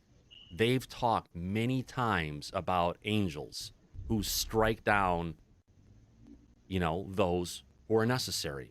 And going after someone who preys on the small, the weak, the unsuspecting, uses their gifts or abilities for manipulation or control that should be used for good or evil. Sometimes you have to wield that sword and be willing to do what it takes and take the price as necessary to go ahead and, to protect and save the weak, as I would call it. Does that make sense, John? Yeah, I think so. Yeah. Oh, Julie Farrell had 105 fever. That is not good. I'm glad you're feeling better, Jules. Angels can do that. People know. I'm special. I am a very old soul. I can tell you that. And I can do things and go places that have been ranked at a level that only Buddhas are supposed to go, which is pretty high up there, up the totem pole. So look at the level of consciousness, and that's kind of the if you want to call it, the realm that I deal within. Not that I want to, but it's just who I am. And if you got it, use it. And if you're not going to get in trouble when you're doing it, then do more. I haven't gotten the finger shaken at me yet for any of this stuff that I've done except by other humans. That's a good thing. Oh, God. And I don't talk about this stuff that much just because other shows deal with a lot of stuff, and this show really isn't about me. Usually it's about our audience. It's about what's going on in ufology, because I have a lot of stuff up in here that I deal with and can deal with, but it's more about where are we in disclosure? Where's the information? How can we bring it forward? How can we talk about it? Because the only way we're really going to be able to come to a solution is truly in collaboration with other humans and other people, and being able to come together in this exact scenario and share about it. Because sometimes you'll get someone who gives you that tap on the shoulder, look that way. You didn't even realize it, but when you look what's over there and you see it, you're like, oh, okay, yeah, let's change directions and go for it. Kind of like what the Chinese did.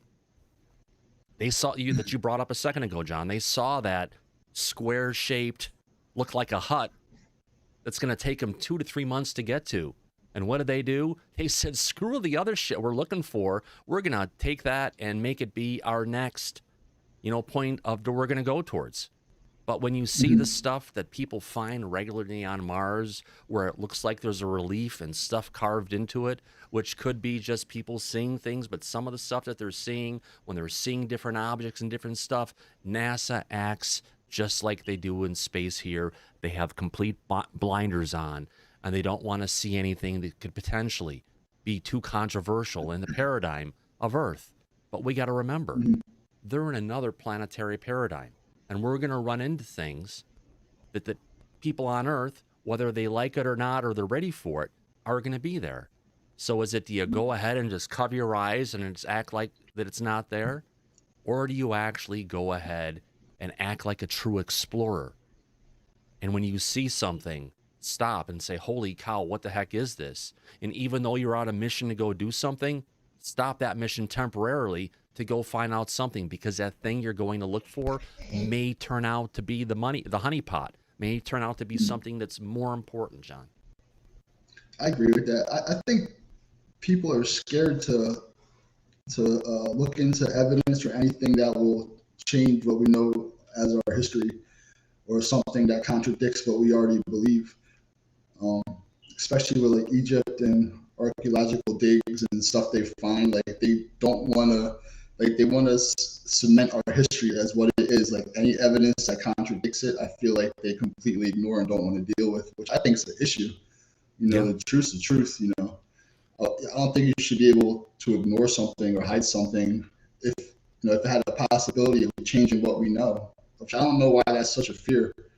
Especially in Egypt and like on planets, I believe it's like a big fear of finding anything that can rewrite history, kind of. Yeah.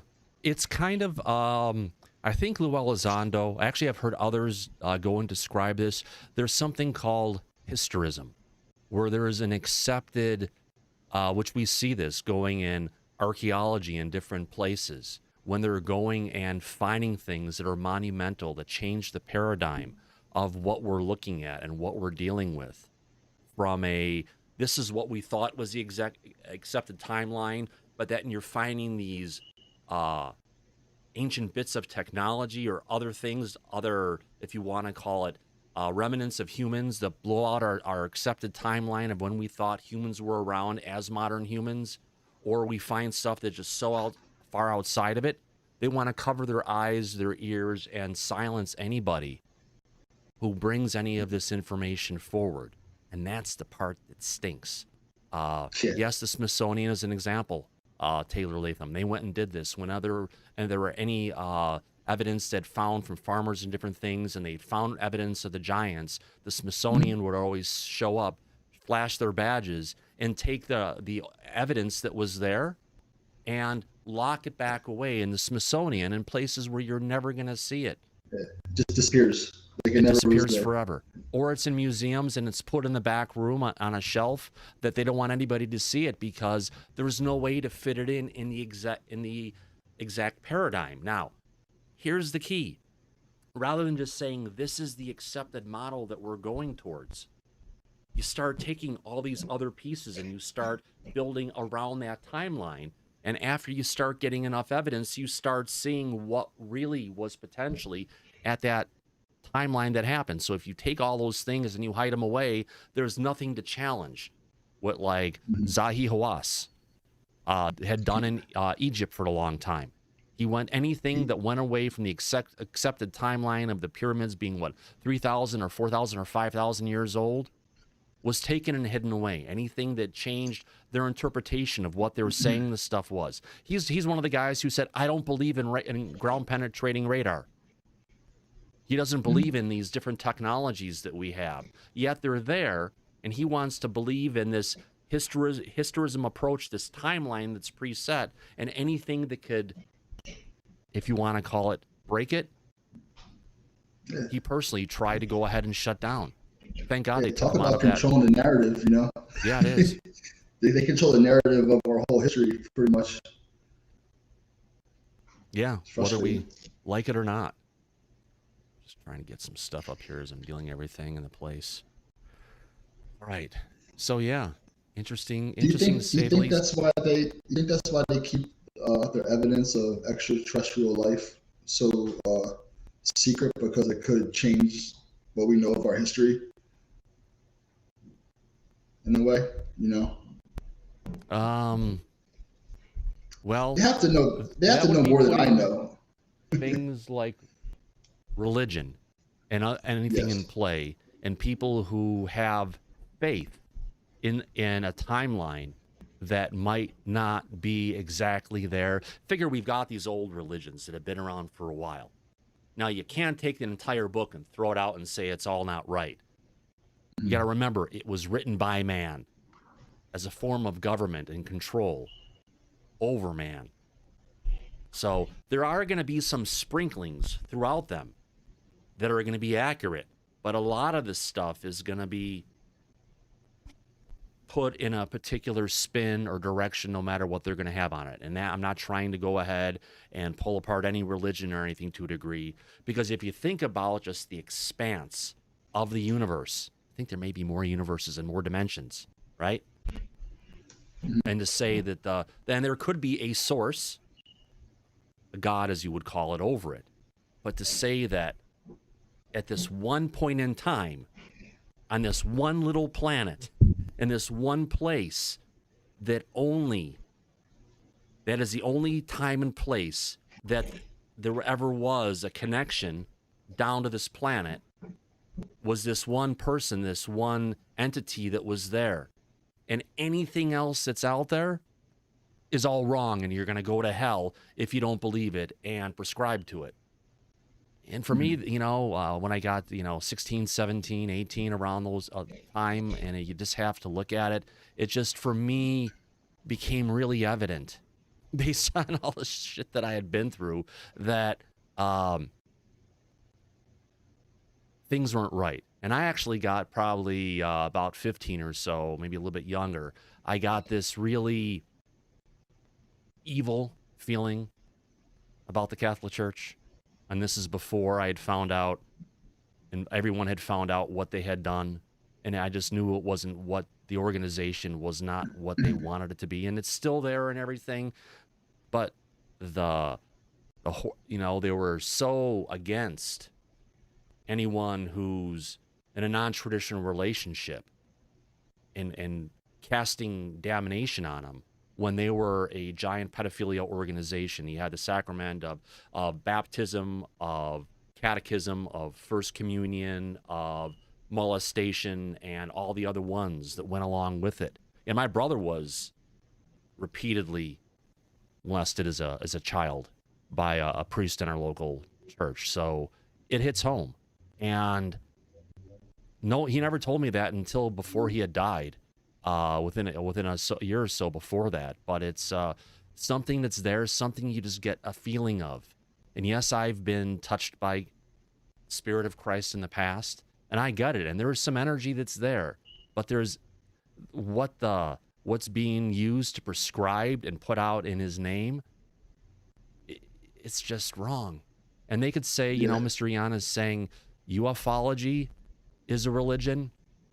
No, it's not. I don't call it a religion. I call it something that's more of a belief in reality, not I want to believe in Christ. I want to believe in these ancient books and the writings that's there, because they're just words at that point. But what we've got now is we actually have actual evidence. We've got chunks of the craft. The government has been hiding stuff. Getting back how we got to this religious thing was saying, why would they want to go ahead and hide some of this stuff? It's because we have people in the Pentagon who are religious. We have people like that who are everywhere. And if they see this as a challenge to their words, to the stuff that they believe in, they're going to do whatever they can to try and break it down and make it sound not real, because anything where this becomes more real is going to challenge what they have and the belief they have going within it. I know it's a long answer, but what do you think, John? I think that makes complete sense, you know.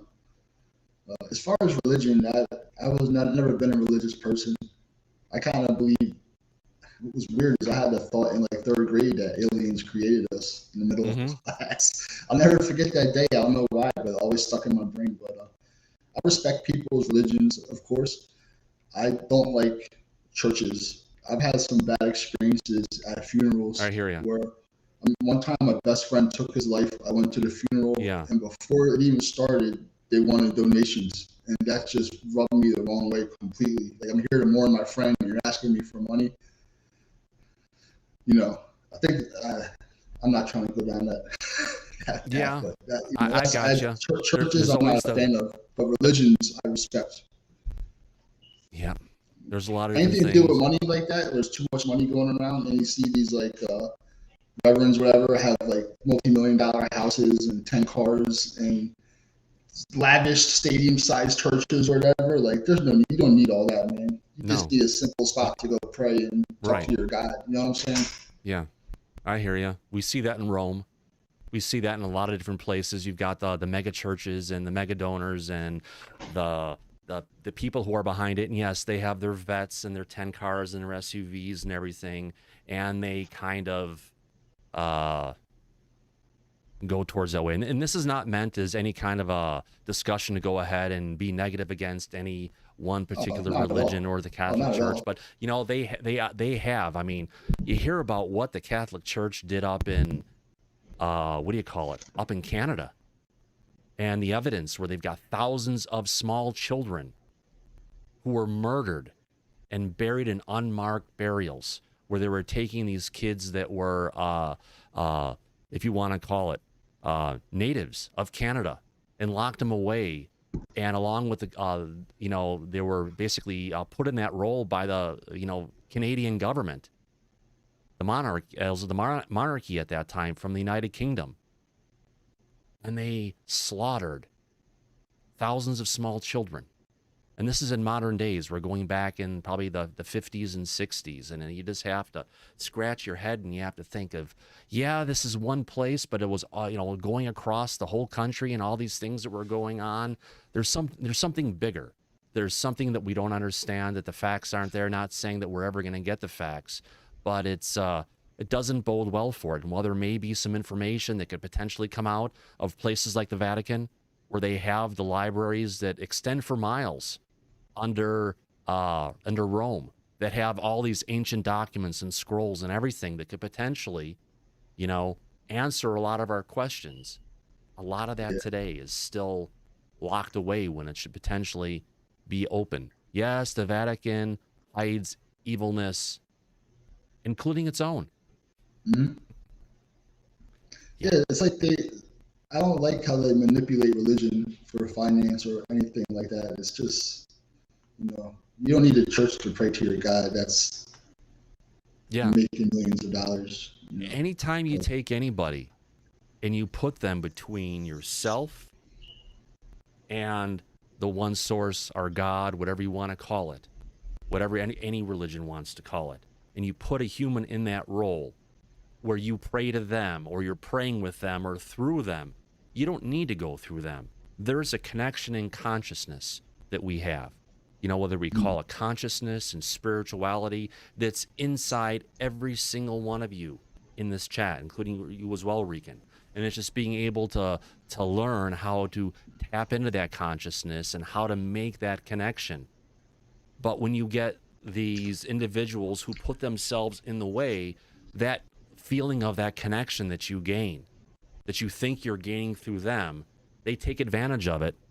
Like you're saying, the collections, they want their money, they want their tithings, they want it to do all these great things, when a lot of it goes to a lot more lavishness and everything that isn't necessary just to get the word across. It's more of an education than it should be a flat out you know, it's a worship that's going on, and it's a group thing that's happening, but it should be a group with everybody to the one, not towards an icon to a one, but making that connection.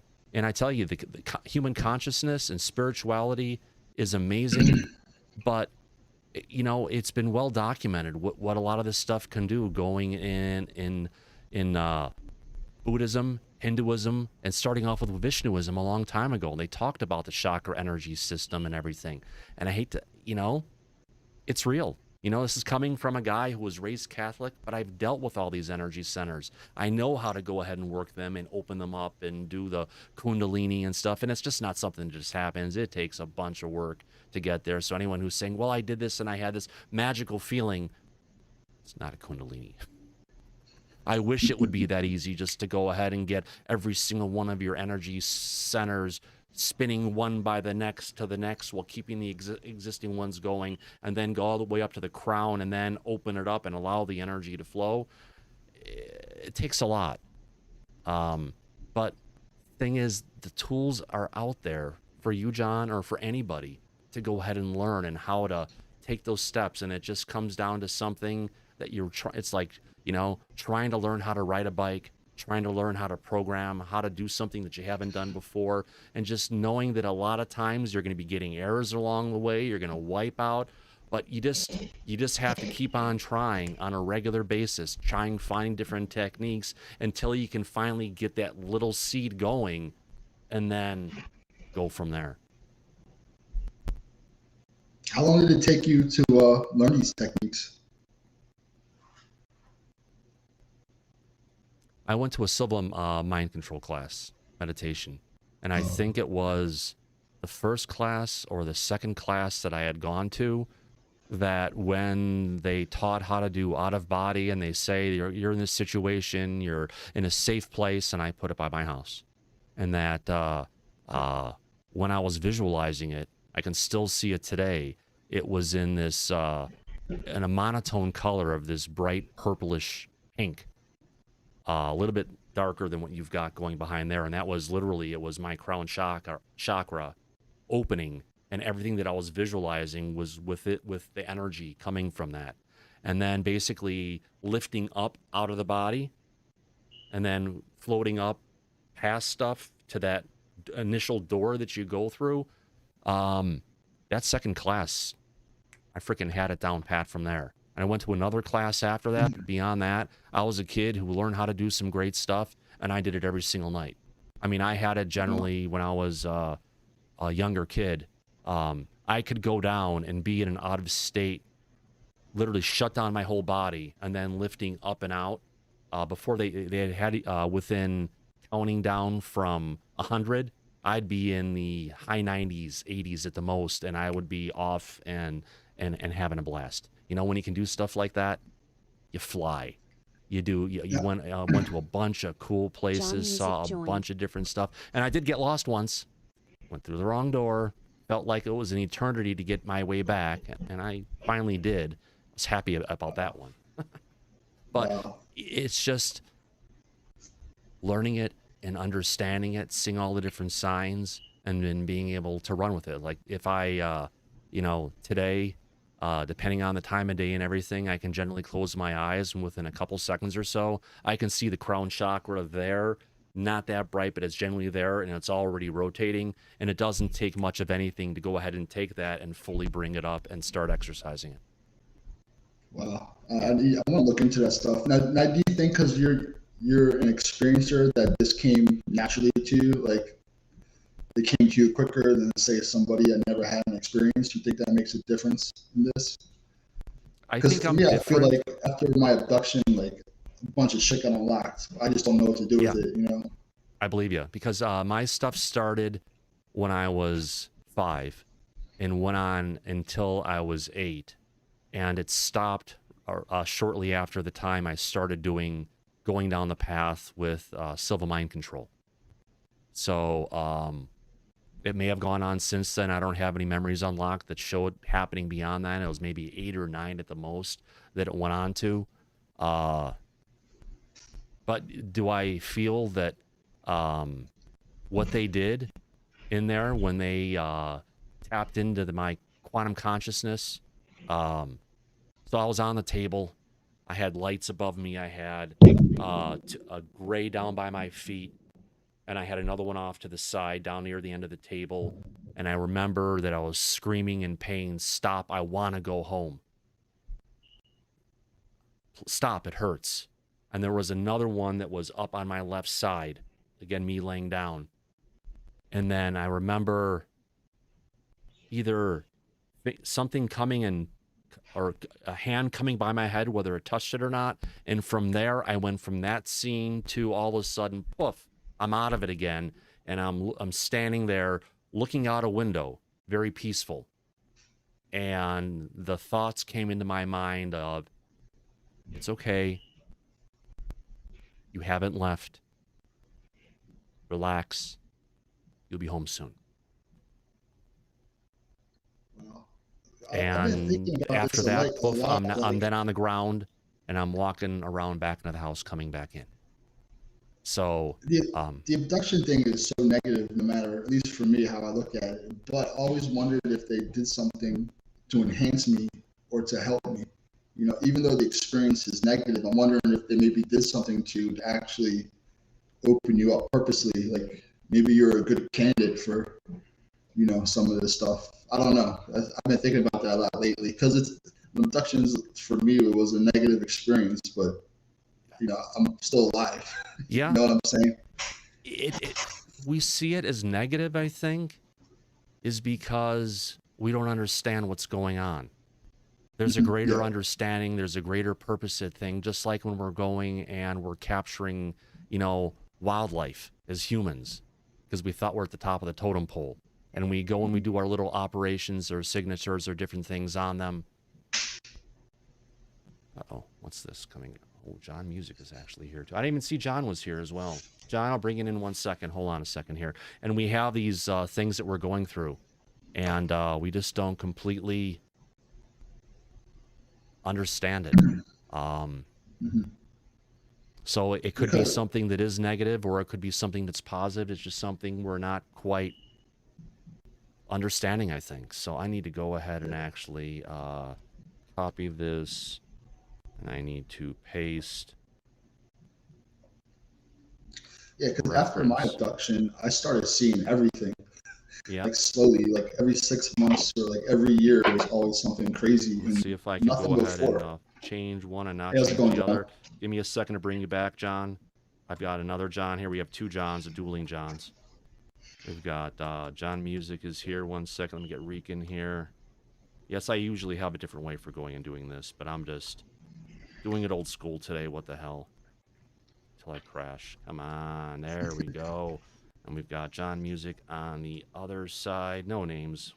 Everyone could figure it out. Come on, if I could actually bring that down and then open John up a little bit here. Come on. There you go. Welcome, John and John. How's it going? Thanks, guys. Gentlemen, Merry Christmas to both of you. Merry Festivus. How's it going? Merry Christmas. Good. Good. Enjoying the holidays, kind of having a great conversation on something, and it's, you know, it's a gathering of friends, a gathering of viewers, and it's just kind of bringing everybody together here and trying to enjoy the Yule. Because as if I could find, I've got a picture. Apparently, Gary, yes, he is awake, maybe in bed, but I've got a picture from him saying, "There is no Christmas, only Yule." And I believe that's Sigourney Weaver, and she is possessed. From which movie that is, I forget, but Thanks, Gary. I appreciate that. Merry Christmas to you. I haven't wished you Merry Christmas yet. Gary's awesome. And we've been going and discussing just, different parts of consciousness, different parts of the overall season of the holidays and stuff, and being able to go ahead and just, enjoy the conversation more than anything. Right. What have you been? Thomas, I liked what you were saying about Zahi Hawass. That was interesting. Do you think he might know about some stuff that may have been? The word is some things were found pre-cataclysmic under the ground in Egypt in various locations. Supposedly, only less than 5% of what's buried under the sand has actually even been discovered yet. That's why they're using the radar and other stuff like that, LiDAR and other things. But word is there were some things found that were either too old that he didn't like the timeline of it, or that were so far beyond the capabilities engineering-wise and artistic-wise that they're starting to take stuff out of the museum. I'm hearing Brian Forster and Uncharted X have talked about some of the bowls and other things that show technologies and techniques that were too far beyond the technique and the skill level of the ancient Egyptians. So they're one by one, they're taking them out of the museums, and anything that's found additional to that that's even more high tech, they're never going to let out. Have you heard anything about that, or is that just among the ancient aliens guys? I haven't heard anything about that, and the one who would actually probably know more about that would be Rob Heatherly. That'd be a good conversation for him. Yeah. I mean, I've heard a little bit about that, of him covering up evidence that could change the timeline of what happened in Egypt. I mean, I've been a stonemason for like 20 years, and I watch Brian Forster all the time, and he's just showing saw marks, drill holes that are literally impossible. And even the movement of some of these megalithic stones are impossible this day. I watched a documentary about Egypt a couple of days ago, and it showed like 4 guys with ropes around their back pulling the blocks up a ramp to build a pyramid. Like, that's just ridiculous to me. Yeah, they found some megalithic stuff in the middle of the desert of Saudi Arabia. Apparently, in pre-cataclysmic times, a lot of those desert areas were not desert. They were. It would have looked like how it looks like right now in Miami. Yeah, 46,000 years ago, John, we went through a realignment or movement of the flipping of the magnetic poles. When that happens, the entire world goes through climate disruption, where all the climates get screwed up everywhere. And guess what? We're heading into one right now. But no one in science, except for some fringe people like over at Suspicious Observers, are actually talking about it, because it's actually, we're worried about global warming. That's nothing compared to what's going to happen with the great cool that's going to go on after global warming hits its pod. The Earth is not going to get warmer and warmer and warmer until it turns into a desert. No, it's going to get warm so far, enough ice will melt, and it's going to shut down the conveyor belts of the oceans, and we're going to go back into snowball Earth. But besides that, we also have the flipping of the magnetic poles at this current time, which disrupts all the weather patterns. And it's going to be an amazing thing to see what's going to be coming out of that, I tell you. Yeah, I mean, they found in the deserts of Jordan and Saudi Arabia, they found basically like gigantic stones and small mountains that it looks like they were laser cut in half, with stairways that don't start at the ground, stairways that were cut into the rock that start 20, 30, 50 feet up and go up to nowhere. Yeah, and they found it doesn't make any sense. It's built out of some type of stone that was even harder than granite. You would need like multi-million-dollar, harder than diamond coated, computer controlled circular saws and other types of things, completely computer controlled. And that's even if you could even get it done anyway. And that's if you could move the stones from where they came from, sometimes 1,000 kilometers away. They found some stones that were multiple 1,000 tons each in Egypt. And apparently the source of the stones was not in Egypt. The source was somewhere either way down in Ethiopia or way up in Turkey or Lebanon. And in Siberia, in Russia of all places, it's called Gornaya Shoria. Gornaya Shoria is how you pronounce it. Yeah. And they found stones that were over 3,000 tons each. Yeah. Cut and put on top of a mountain. And they said, okay, if you thought 1,000 tons was hard to move around, there is no helicopter or airplane we have today that can really do this. Imagine 3,000 ton stones. And then they found, and then they found some in China that were cut as if as if the granite stone was just soft butter, just scooped out. Yeah. And one of the stones that was carved in China by some unknown technology was over 185,000 tons for that one stone. So they said, and when you ask the ancient people in Saudi Arabia, the people riding around, the nomadic people, say, who built this? Ask the Saudi Arabian people themselves. They say, well, this wasn't built, but this was built by the old men. So what do you mean old men? Said way before the cataclysm, there were these race of men who were much larger than us, and they had some unknown engineering technologies.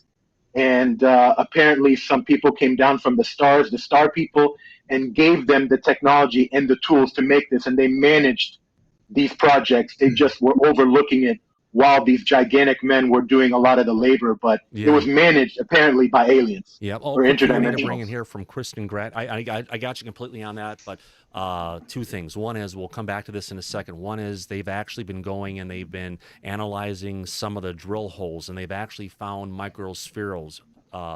Microspherules, whatever they're called, little things that basically have different elements in there that pointed towards the kind of actual drill material and the speed that was going at. And actually, there's a nuclear signature that's going on with it that basically shows that these were somehow some kind of nuclear powered or whatever is a device that was actually going for actually drilling some of those holes in it, which we don't even have today.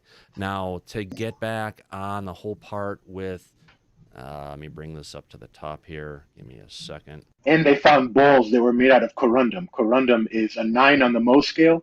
So we're talking almost diamond level hardness, and it was cut so perfectly that the inside of the ball is so paper thin, light shines right through it as if it's almost transparent. Yes. And there is no known human tool we have today, doesn't matter how rich you are, that can make artifacts out of corundum. Corundum makes granite look like butter. Yeah, I've got you. Quick thing here, bringing up about the cows.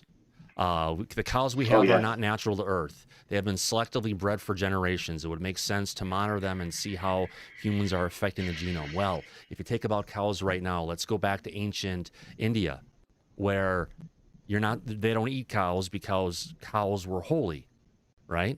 Now, if you take that idea of cows being holy, you're not supposed to go ahead and kill them and eat them.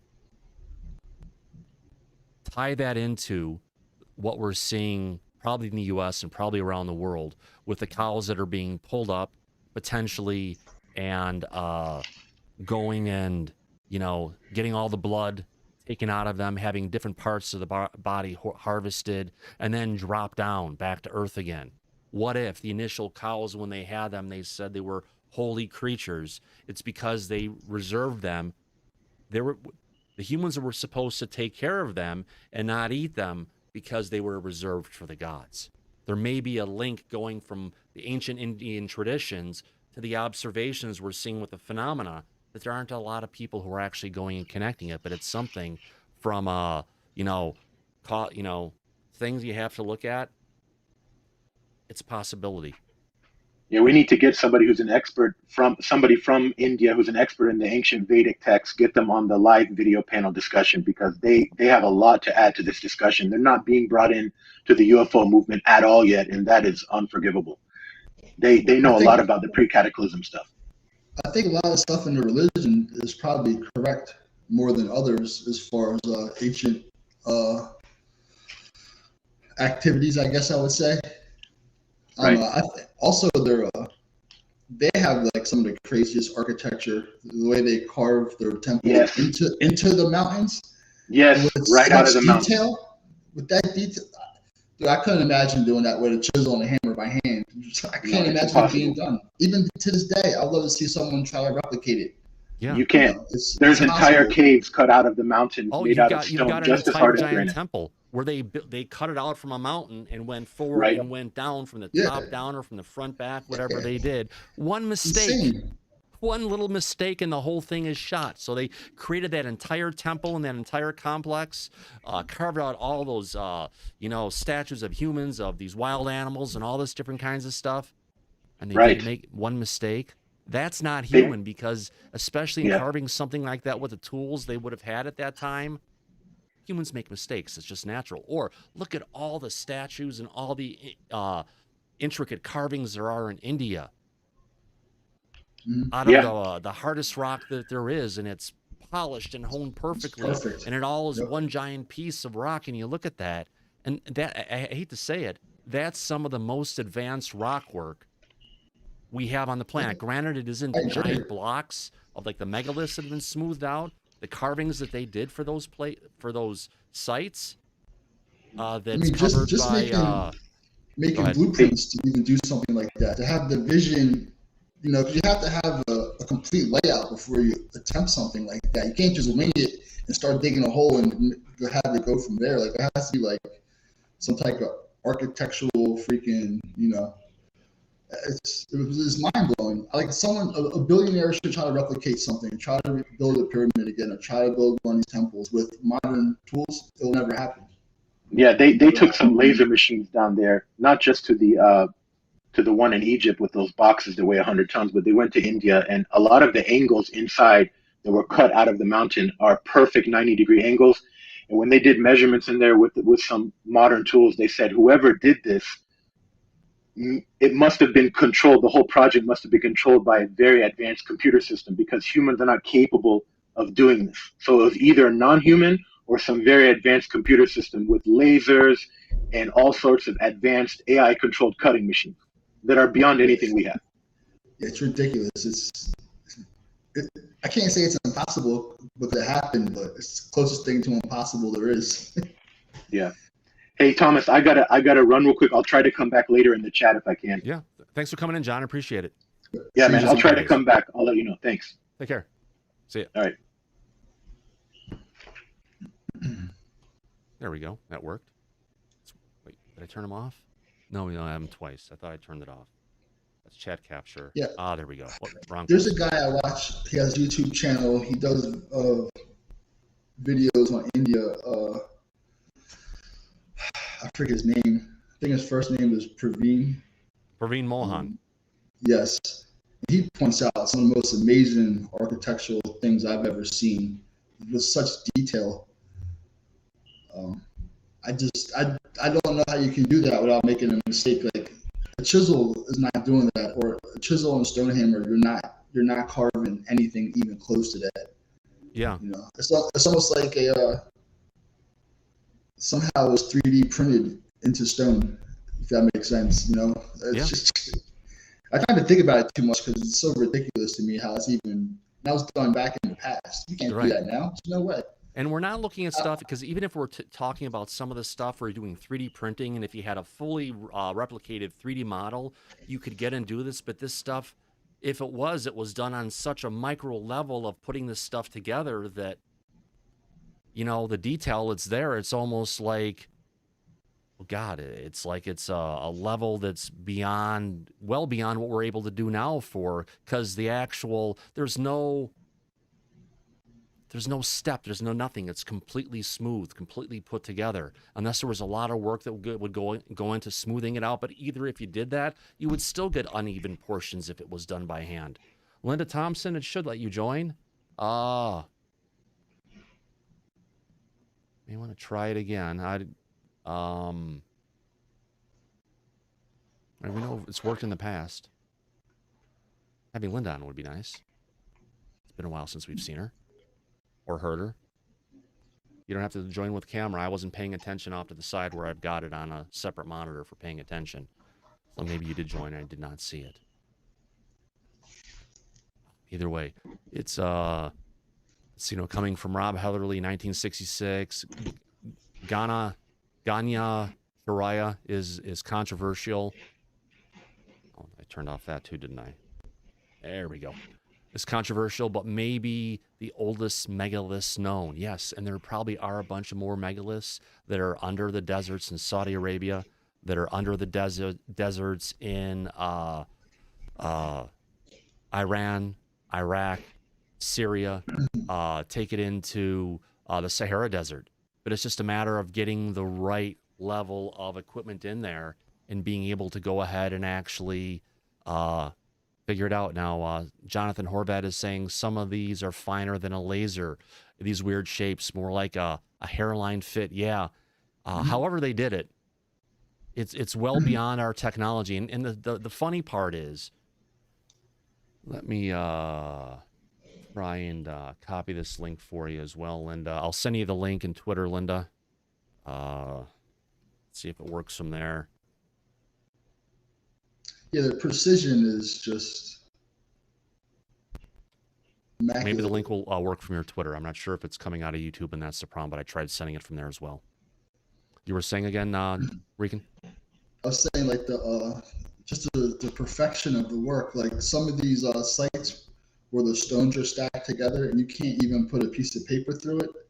You know, like it's just, even with like if I had a gas saw and I cut these myself with a diamond blade gas saw, I would get it tight, but that's just absolutely perfect. And some of the stones have like little notches in them and they go together. You know, I heard theories of about maybe they melted them together somehow, but yeah, the giant megaliths that came from the polygonal megalithic, where you have these giant blocks that of stone that are put together. They're in all over the place. Easter Island, they're down in Peru. There are even some that are in India. They're all over. It's all over the majority of the world that we've seen these pieces, and they are like megaton objects that are perfectly rounded out, smooth, but they're not just stacked one on the other. You've got these weird shapes that come together, and it fits absolutely perfectly. So this is my thing about that. Like, it had to have been kind of easy to do that for them to build it that way, because it'd be easier to just say take brick style stones and just have like a brick layout, but to have it that intricate and pieced together like a puzzle, it had to have been simple for them. In a way, even though it looks impossible to us, it had to have been like a normal method of building, which is just mind blowing. I work with this type of stone all the time. I just can't fathom it. Or the stuff down in Tiwanaku that they have. I guess that's down in Bolivia, or is it Pumapunku? One of the places where they have those giant blocks that do fit together. And they have the 90-degree angles, and it was, well, Linda's getting meloned. No audio or camera working, but I used it earlier today. If you go ahead and use the little gear to change it in your audio, if it's on Android or something, your laptop worked well in the past. Not quite sure what the problem is. It's melon. It's something that I'll be changing out in the new year. It's been a beta test. Sorry about that, Linda. Linda's still having problems coming in. Going live, there's always a technical difficulty somewhere. When I go live, I do it different, like every time. Like I can't get a rhythm because something always goes wrong one way or another. I know. It's just part of it. But luckily, having a live stream every day and going through it, I've hit a bunch of the different snags to where now it's actually going smoothly. I'm actually doing some things right now that are dangerous. I've got a bunch of stuff running through Chrome, and I shouldn't be running through Chrome. But there was something going on in the way I had my audio system.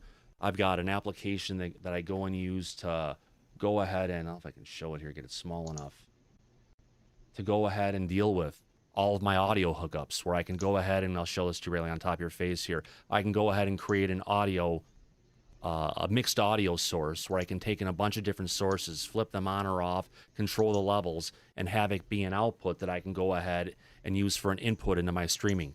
And this application, when in use with Chrome, that was pretty much the source of a lot of the crashes and things that I've had in the past. But it's a matter of just never quit trying, always trying to figure out a way, and having backups in case that thing that you didn't plan for happens. It's live TV. Or live broadcasting. Merry Christmas, Jules. Thanks for coming around. You got a lot going on too, with different the audio and different screens up and bringing people in and out. It's actual production, it's actual production of the show. So right, I couldn't handle that. No way. I don't necessarily go ahead and use stuff like that's on StreamYard, because it allows me to do stuff like this, where I can just go ahead and click something, and then click to the next one where I start up the sound effects. Next thing slides in, go to the next scene, it brings me in, and then it'll drop down to the studio where, get back to where in the hell it was just at. There we go.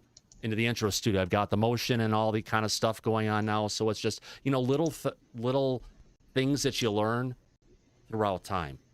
I wish I could find a streaming platform that actually would give me 1080p 60 and allow me to do a lot of the mixing and every different things that I want, but none of the web streaming platforms, no matter if it's Restream or different stuff to that degree, none of them are going to give you that really high quality ability to have like I'm actually streaming out from my house now directly to YouTube at 9,000 kilobytes per second, which is the highest it can go for a 1080p 60 stream. And that's why some people actually may have some problems going on with buffering, because I want it to be a high quality stream. I used to make video games. I've always been very particular about image quality, cameras looking good and everything. It took me a while to get here. And if I can go ahead and kick it out and make it look good, I'm going to do it. Even if it's more of a, you know, mess for me to try and make things happen. And people saying, Tom, it's, you know, Greg would say sometimes, Tom, you're struggling too hard on some of this stuff. And I figured out ways to get it there. But there's a reason why I do some of these things, because I want it to look good. I want it to sound good. I want to have that production value that nobody else has. Yeah, for sure. You know, for you, John, for what you're doing for your streams out, because you don't have any guests in, you could actually stream, if your laptop was strong enough, you could actually stream directly from OBS and not have to have a monthly fee you paid to StreamYard. I messed with OBS a couple of times. I couldn't figure it out. I messed with some tutorials on it, you know. Oh. I like StreamYard because it's very simple. Yeah. Linda came in. Her camera's off. Are you there, Linda? Can we hear you? She got in. She's in, yeah. But we can't hear you right now. So she got it to follow. Now you just have to go ahead and change out your audio hookup to select your current mic and speakers. It could be an issue if she's on Android. I've seen this on some Android devices where it's going and causing issues. But I know Linda's using, she's an Apple girl. So I know she's not going to be having that issue. Oh, she dropped I always have that issue. I always have to go into settings and change my mic in my headset every single time. So I don't know why I have to do it, but it's such a pain. I know. It's you think that's like why, I hook up on Bluetooth, it would happen automatically, but I have to actually go in settings and check the output and input every time. You know, and if I forget to do it, it's a mess. When I started using this streaming platform, it was with what was it? I got it up and going with Melon, and when I did, the cost for doing it, I was able to get it at $12 a month.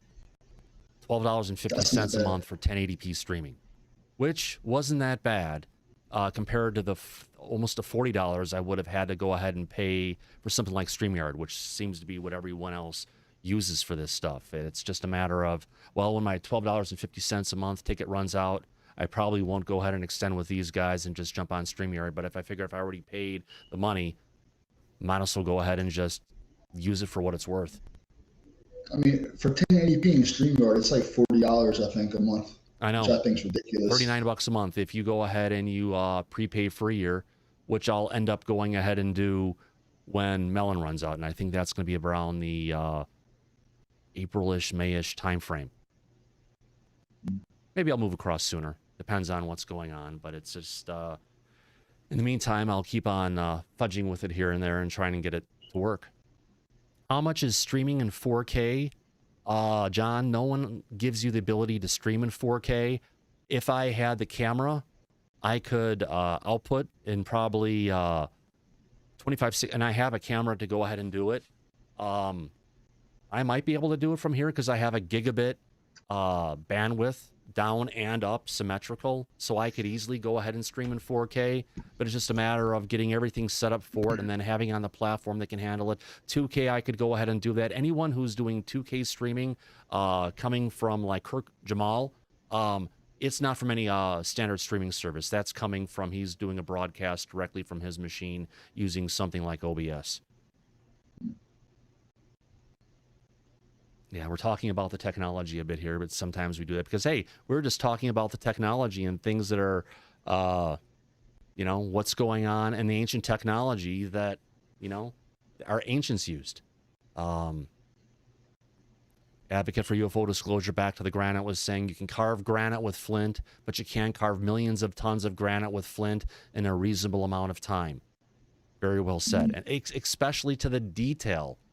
The symmetry that they have. If you look at, well, the chest of the ladies that they have in ancient India and the symmetry that goes on between them and how they look from statue to statue to statue, it's kind of like what you had in a lot of the some of the ancient granite carvings that were in ancient Egypt, where they had the faces that were identical from one side to the left. And having something with that level of detail, you can't go ahead and actually do it by hand and get that level of symmetry. And you're right too. One mistake will ruin that whole project. You know what I'm saying? Like, it's just too pristine. We really don't know anything pretty much. We're like in the dark about so much stuff that's on this planet. It's ridiculous. It's frustrating. And I think it was, they were saying around the stuff in India was carved around 1000 AD or 800 AD. Yeah, right. No way in hell was that carved at that point in time. We didn't have the technology then.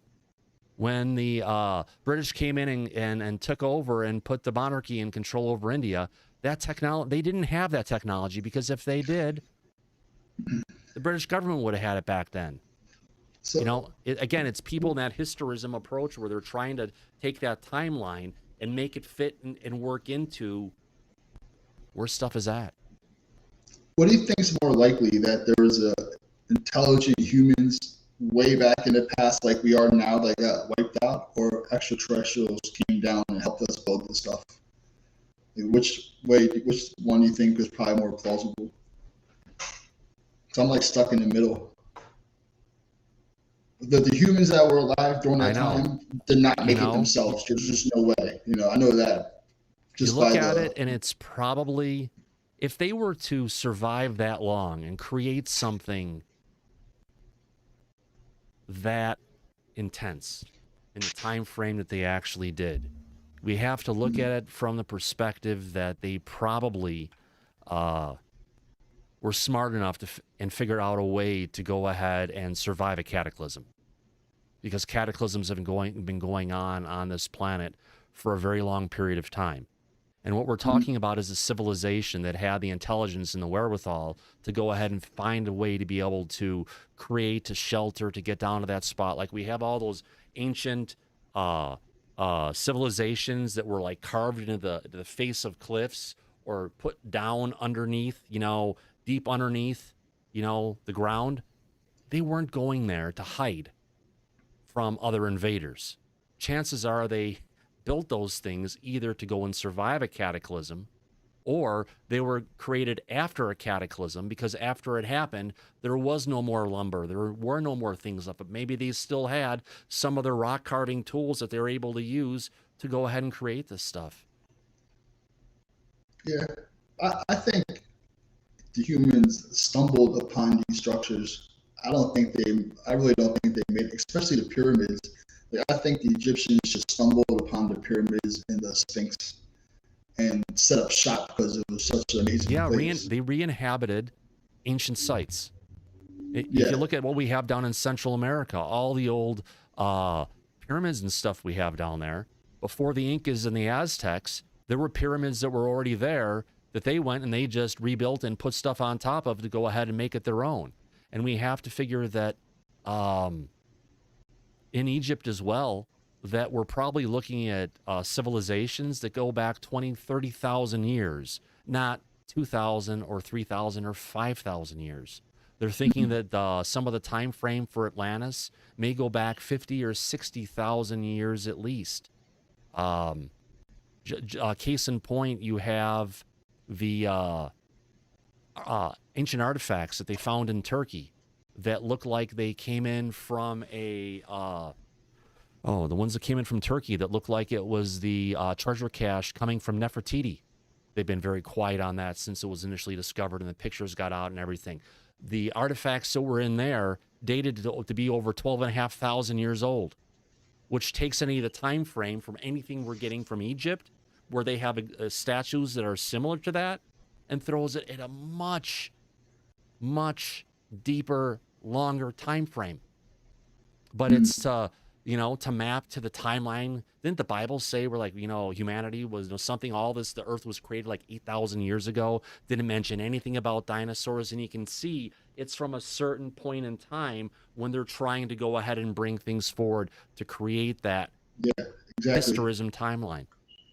It's like they purposely erase or trying to hide anything before that, is the way I look at it. it's like our history starts at a certain point. Like there's like a gap of just missing time, like missing no evidence or no history of it. Like the pyramids, like there's no hieroglyphs inside there, right? There's no documentation on how it was built or anything. They're just guessing when it was built. You know, and a lot of the different hieroglyphics that we see, John, they're actually hieroglyphics that were actually thrown on us, like putting up a new layer of wallpaper to redecorate the house you just moved into. A lot of the stuff didn't have. There are a few ancient carvings that actually had the stuff on there for it. So it's just, you know, it's an amazing piece of history. Again, we're trying to put together. Now, an interesting part in the King's Chamber, where they said it was a, you know, it was a burial chamber. The sarcophagi that's in there on the interior dimensions are exactly the same as the Ark of the Covenant. Right? @Linda_Katera joined. Really? Now, try with Linda again, see if she gets her audio in. We'll give it a try. Linda, are you there? Can you hear us? Linda. Trying again. Maybe eventually she'll get it figured out. I know Rob's been trying to do some tech support for her in the stream. It happens sometimes. Anyway, we're going back to the interior of the King's Chamber. That sarcophagi was exactly the same of what's in... Linda, I think you have my phone number still. I think I can probably get you... Oh, God, I don't want to crash. We'll leave that off for now. I'm not going to touch anything because I could crash something, especially with the audio application I've got for crashing and stuff that goes on. But if we, you know, we get into it for that sarcophagi, it was the exact same as the Ark of the Covenant. So when they went and they took the Ark of the Covenant and they went with the people at the time who were the Hebrews, potentially, who were leaving Egypt and went across the Red Sea where the waters parted and everything, they had the Ark of the Covenant with them. So which means when they left, they stole the Ark of the Covenant from the pyramid that was potentially its power source or whatever it was doing there at that time. And they took the thing and they booked, which also kind of times it into along the lines of this actually being the Akhenaten himself and Moses are potentially the same individual. We have an Egyptian history where there's a history of Akhenaten. No really mention of Moses. We've got the Judaic that doesn't really mention Akhenaten that has Moses and moves along. Well, and Moses was in Judeo history. It's also in, you know, the Old Testament. It's in a lot of the old ancient books that are out there. So we've got these stories where we can try and put the things together to make us understand what we're actually dealing with. Wow. Question coming in from Christian Bat. Do you guys practice CE5? I don't do CE5 per se. My technique is I use a crown chakra source energy meditation where I bring up the crown energy field and then I bring in white energy from the source for imaging, and I'll bring that up first and get to that state of mind, and then I'll go into a samadhi, eyes open meditation to where I'm literally looking up here, and my right here, as you can see, my eyes are kind of gone and crossed at this point when I'm looking at here. And what happens is I get this vision over here, this vision over here, but I get this almost like, you know, kind of a image where it's almost like where reality peels forward. You get an overlay going of the two images. I'll do the combination of those two meditations where your samadhi is more focusing on the breath, whereas the crown chakra is focusing on the energy that you're bringing up. You're not looking at the energy per se, but you're looking at the entire picture. So it's two layers going of meditation at the same time. And then from there, I'll do a reach out from that state of mind. So that's my version of CE5. And I believe CE5 does include the practice of samadhi. And it's, from what I found, it's a necessary step. Oh, that's interesting. Are we talking about Greer's CE5? Like, well, CE5 was kind of the stuff that Greer talks about. Yeah. What? But he doesn't own CE5. He's not the one who came up with CE5. He's just the one who actually went and tried to make everything so popular. Yeah, I mean, his version of CE5, I believe, is a money grab. At Linda _ I've never tried anything like that because I feel like if I tried it would work.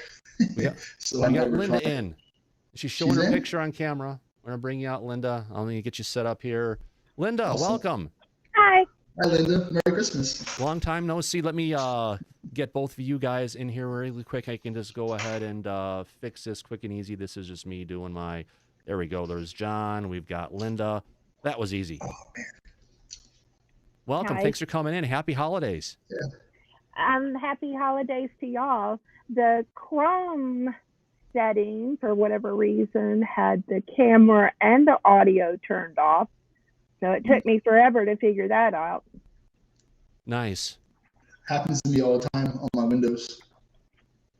Yeah, this is Chrome. Yeah. So anyway. Well, I'm glad you're able to get it figured out and you're able to show up. And Merry Christmas. It's been a long time since I've seen you. Merry Christmas. I figured it'd be the end of the show before I figured this out. Well, you made it. That's all that matters. Yes, absolutely.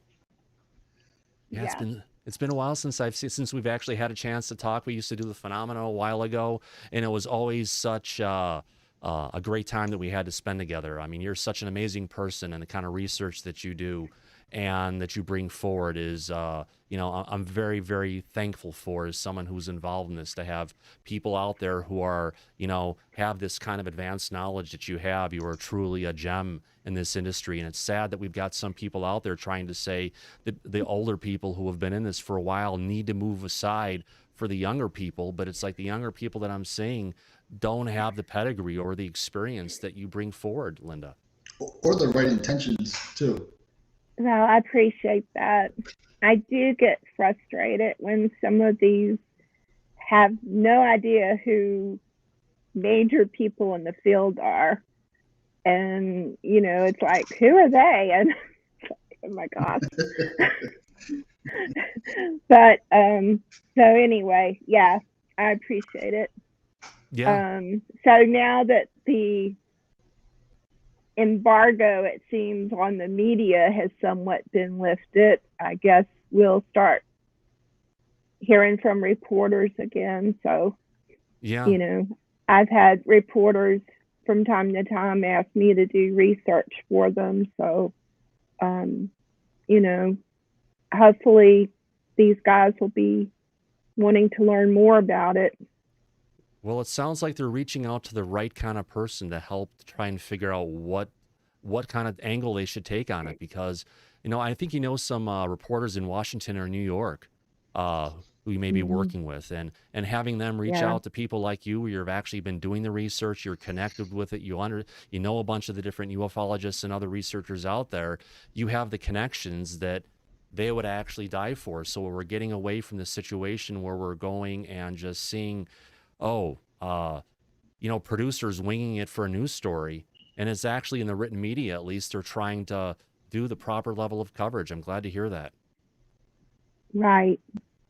Yeah. Oh, I mean, a long time ago when they would call me out of the blue, and it was like, I don't know how they got my information, but they would call me out of the blue to get some information. And at that point in time, it was kind of aggravating because I knew that they were digging for a lot of free stuff for who knows what. But now that there's more going on,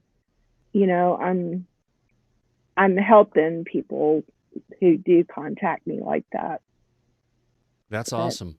Yeah, that's cool. It's a very important role to be able to have that and to be able to try and guide people down, like I said earlier, the right path of information. And it's not just about name calling and trying to talk about the most popular thing that and having other streamers on. You're actually doing it from a research and data perspective. And that's one thing that that's missing in a lot of the streaming community is actually people themselves doing the research and digging into it and understanding it and trying to bring it from a level that brings credibility to ufology as in itself. And I could see that sometimes when you're seeing some things that you're serious about, the phenomenon things. And when there seems things that are going out there, you're taking a stab at it per se, because you care about the situation, you care about the phenomenon, you care about what people are going. And some people seen as attack, and I see it someone who's trying to stick up and keep us to a certain level of credibility, so it just doesn't all fall apart. Yeah. There's been several times this past year when I've provided information to some of the top guys in the field, and to some other people, and you know, they don't mention how they got the information or who showed them how to get the information. So, you know, that's kind of interesting. So yeah, it's a lot of the women in the field do say, you know, we've given this information to people, but they run with it. And, you know, it's so many of us that it is to the point. I mean, some of the women don't bother at all to do any kind of research anymore because that's the way it is. But, and so anyway, hopefully 2022 will bring some new cooperation and professionalism around. Yeah, I would hope so. And, you know, it's something I've been kind of, you know, thinking about the idea of, and it's like we almost need to have this, if you want to call it, how have I called it before? We need to have like a round table, or not a round table, it's the town hall meeting, where we can get the different leaders from ufology, from, you know, whether it's people like Tim Burchett or Senator Gillibrand, maybe Lou Elizondo, Christopher Mellon, and a bunch of different ones, and just have the panel of all the different people in the audience who want to ask different questions and try and bring more clarity. And it's something we need to get on the Fox News, is on the CNNs, on everywhere, even along with Rachel Madcow over on MSNBC, and just trying to get it to where we're, you know, although we may not like the mainstream media for what they're doing and what they're bringing in, we do need to go ahead and get that message that's out there that can, a lot of people get the opportunity to actually go ahead and, you know, and communicate on. Yeah. My thing right now is that the media needs to be informed, the journalists and the reporters.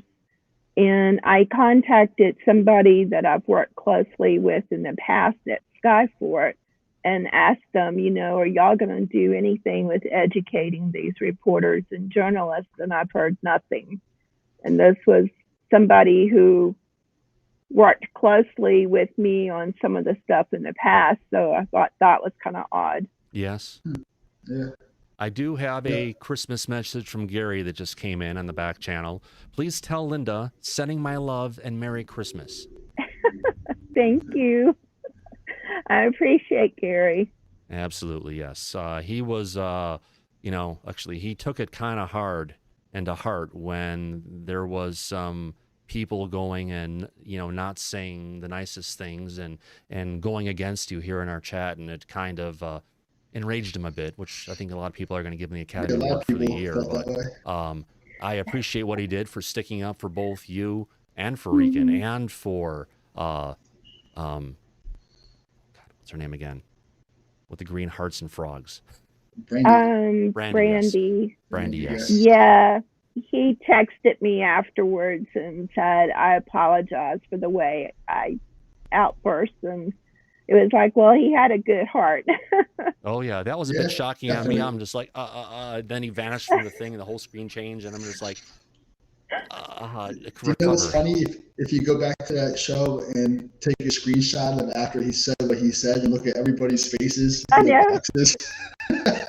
Tim was the best. Tim was shocked. Yeah. But sometimes something like that has to be done, you know, unfortunately. Yeah. It's something that's necessary, and it's like that's even coming through from the other part of the side of that of Alien Girl, who she was there trying to pick up was Richie, and but he's now going and blaming everything on Chinese drones. that everything Yeah, we're he seeing said, in the air and have been, it's China. But this stuff goes back like, 50, 75 years, if not thousands of years. How could it have been China then, and how is it all of a sudden just China now? Yeah, he claims Lou Elizondo is a disinformant to take the heat off of China. That all the UAPs in the United States are Chinese drones or something like this. See, this is the same tactics that were used from the 40s to the 60s, calling everything balloons. And, the Air Force from the beginning realized that psychologically they could use that to their advantage.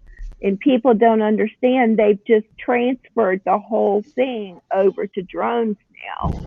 So that if, they can call something a drone to their convenience when they want to, as far as the Air Force. Mm-hmm. So Thomas, we had a circle show up on our grass in our community, and it was really funny because the grass around it's dark green and everything except for this area, and it's just shocking. And so anyway, I asked my husband if he had a like a Geiger counter type of meter. He's a radiology engineer. Yeah. He's like, well, the only thing I have is the high ionization meter. So it didn't pick up anything because of that type. So it's really funny because I asked the lady who lived by it if she knew what could have caused it. And she's like, no, have you tested it? And which is really funny because she's a retired Air Force colonel. And so it was like, oh, that's kind of strange that she went there. Linda, you need to go have some coffee with her or tea, whatever she likes, and try to get some information out of her, of course, off the record. Well, I know she did work intel, so oh, wow. Yeah.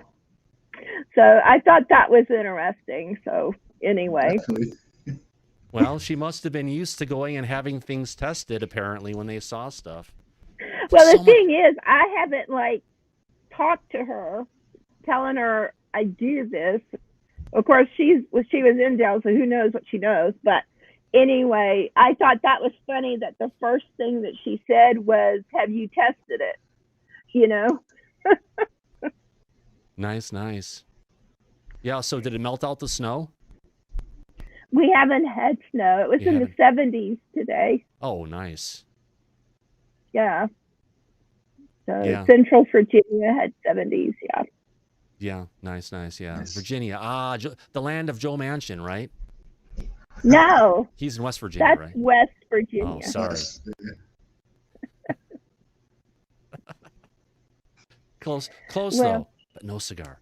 Yeah. We actually got some snow last night on Christmas Eve. It came down pretty heavy. Took one of my rose bushes, and it's kind of leaning over on the side. I need to go tie the thing back up again. But it came down pretty heavy. It was there for a bit, and it's all, if you want to call it, melted away now, like usually happens in the Seattle area. But we may get some more tonight. Yeah. Well, I will let y'all talk. Yes. And happy holidays to everybody. Happy holidays, Merry Christmas, if that's what you celebrate to everybody. It's a great day, and I think I heard some of your grandkids around, so enjoy the company. Not mine. Oh, not yours. No, that wasn't here. Oh, that's my neighbors upstairs. Oh, okay, wow. Pretty loud. Wow. Yeah. Okay, bye, everybody. Bye, Linda. Thanks for stopping in. Have a good one. Thanks. Let's go ahead and fix this. That was nice. We haven't seen Linda here in a while, and it's, with the holidays and everything, it's nice to be able to go ahead and, it's like bringing in family. She used to come on a lot, right? Yeah, well, she used to come on for Inviting the Phenomena. We had a weekly show back then, and it was on Thursday nights, I believe, is when we had it. It was either Wednesday or Thursday nights, and then we changed it to Sunday and rode off into the sunset. What happened with all that? Is there a reason that stopped, if you don't mind me asking? We started losing people on the panel. There was a lot of, there was just emotional stuff maybe going on behind the scenes and just different kinds of stuff. So came down in the end. It was just Linda and Jules and myself, which is still kind of going good. But then I think Linda wanted to take a break from some of the things, and I know I wasn't the best person reaching out and trying to do some of the things for trying to align some of the different, you know, interviews we had going. So it was more probably challenging from her side having to work with me. I'll admit that. Not the easiest sometimes, but she wanted to take a break from it and not focus on streaming and just focus on her research and everything, which was good because it kind of left her that. And then when that was there, it kind of left myself and Jules, but we figured, you know, let me just roll Jules into Disclosure tonight, bring her on when we should. I need to bring her on more often. And to just kind of took it for the time being. And it was actually getting some decent coverage because it was actually just one of the streams we had going. And it was just bringing over the regular, if you want to call it, viewers of a regular show and some more women coming in, which is actually kind of nice. Yeah, it's pretty cool. I like watching it. Yeah, You know, it's something that's on hiatus. About these people, if you know, without that, I never heard of Linda before until I saw her on your show. You know. Yes. I'm anti-Twitter. Oh, I was able to bring in Gary in the back. Gary, are you there? Hello, Merry Christmas. Merry Christmas, Gary. How you doing? I'm not here to shout at anybody. Not yet. You'll be on your best behavior. Oh, yeah. I think we're good. It's after midnight here, Thomas. I just wanted to say happy anniversary. Oh, that's right. Tomorrow was the anniversary of the channel for 1 year. I did my first upload on December 26th. Believe it or not. Yeah. It's been a year now.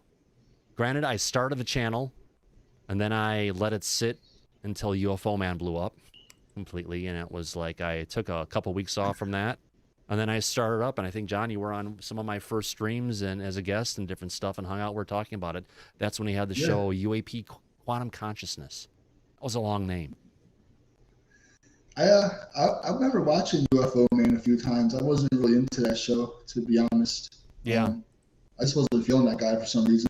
I watched remember the you were show. always on. You were on the show like every night, pretty much, right? Or every time you streamed, it was you. I forget the other guy who was on there as well. I think there was two of you, if I remember correctly. Yeah, there was myself, Tim Dust, and Tommy Highway were the people that were on the show. And it was just a battle between Tommy and myself, or the battle of Tommy constantly attacking me, and Tim having to act as the go-between, and it just turned into too much of it, just a mess all the time. So that's when I kind of decided. You're like someone I can't see anybody wanting to attack or having a reason to attack. You know what I'm saying?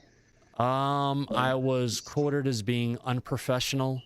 I was someone he never would want to go on camera with again, and it was just a lot of personal attacks on me being me.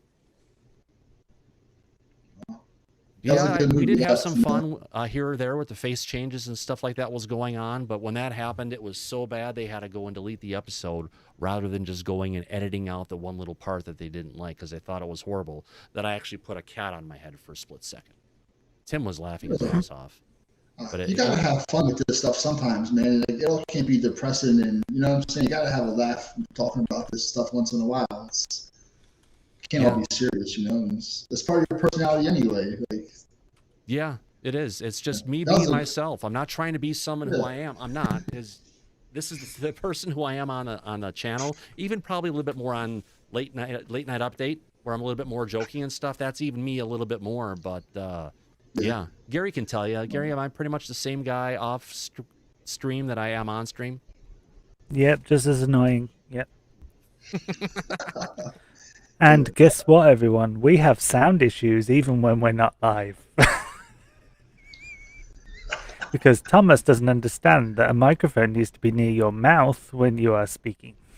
That's why mine's in front of my face. I learned that a while ago. I used to keep it down low, but you know, no one can hear me that well down low, so I just almost stick it in my mouth. Do me a favor, tap on your microphone a couple times. You're not using that microphone. You're not coming through on it. You're using a different mic. No, I'm not. I shouldn't be. Positive.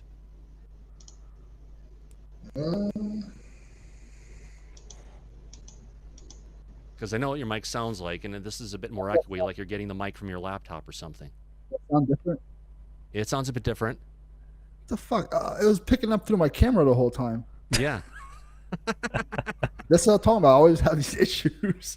You're not the only one with audio issues, man. I think it's It's everybody. the curse of this show. It happens to people and it follows them. It followed Dave Scott last week. Yeah, Oh, you got to that's have funny. fun with it and everything. Yeah, because I heard for it, I know what your mic sounded like and everything. You know, when you move back from it, your voice didn't get any quieter. And it's like, yeah, you always have to do the, the tap on it to see if, or tap on the Okay. pole. Well, There you go. I wish I would have known that earlier, but whatever. Oh, don't worry about it. As long as everybody can hear me, I'm fine. Yeah, We didn't realise it until I brought up that Thomas doesn't speak into his microphone, so we had to deflect it onto you because you had Yeah. to have a bigger problem than what he's That's got. So fine. he looks professional. You can put it all on me. He worked for I need to Disney, buy they're another masters arm. of deflection. I have this useless mic called a Blue Yeti. It picks Oh, up I so heard- much more noise than everything that's out there. I thought It they were is- pretty good. No? I'm glad I didn't buy one because I almost did. Um, Hang on, I've got to do something for Catfish.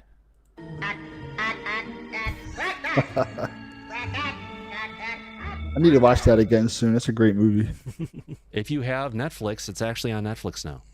Oh, is it? Yeah. Oh, I might be doing that tonight. Yeah, there you go. Have you watched Home Alone yet this season?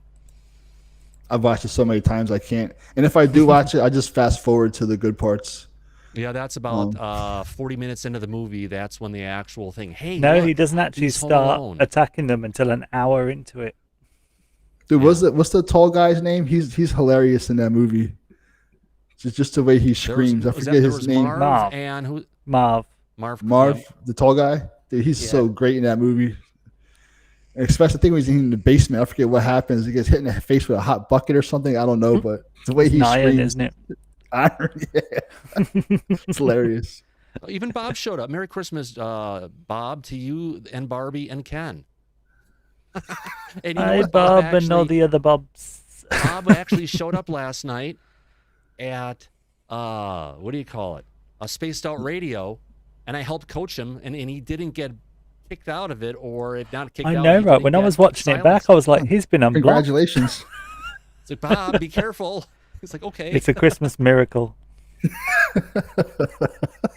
Yeah, I had to do the show today after seeing all the people that came out to Spaced Out Radio, and we took the day off yesterday. And I figured there's a lot of people out there who are on Christmas or looking for a place to hang out. More importantly, to chat with everybody else, because it's you can't choose your family, but you can choose. I'm your so streaming happy that Dave was Santa tracking because I was Santa tracking all day. Thomas can tell you that I was. I kept telling him he's in Russia now, and Thomas is like, "That's nice."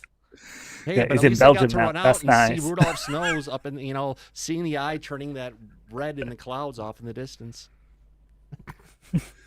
I was really excited. Thomas wasn't What? excited because everywhere I kept telling you, I said, "Oh, he's over Germany now," and you went, "That's nice." You gotta believe, Thomas. Believe. Got a bunch of coal. You can't have coal anymore. It's bad for the environment. Yeah, there are a bunch of coal mines nearby, but they're all closed down. Hey, that's right, Mr. Ian saying Susan did make some pastries. Ooh. Whatever happened? We got Susan Goes, Time Traveling Asians. Hope everyone had a calm Christmas. Oh, God, yes. Hello, nice and calm. Susan. I slept in. Which is Those really y'all got unusual mic, for you. mic issues. I just got gas issues. Just ran out. Again, parked. Now did this twice less with the same amount of gas. Uh-oh. I tell you what, I've got gas issues as well. It's from all the sprouts.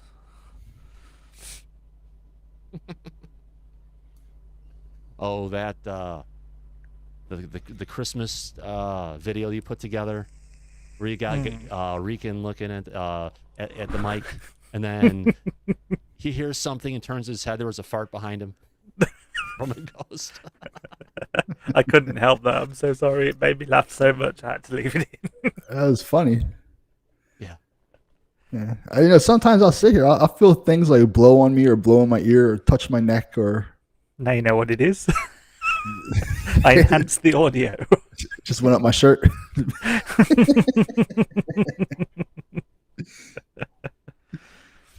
Gotta have fun with it. It never gets old. That's a fact.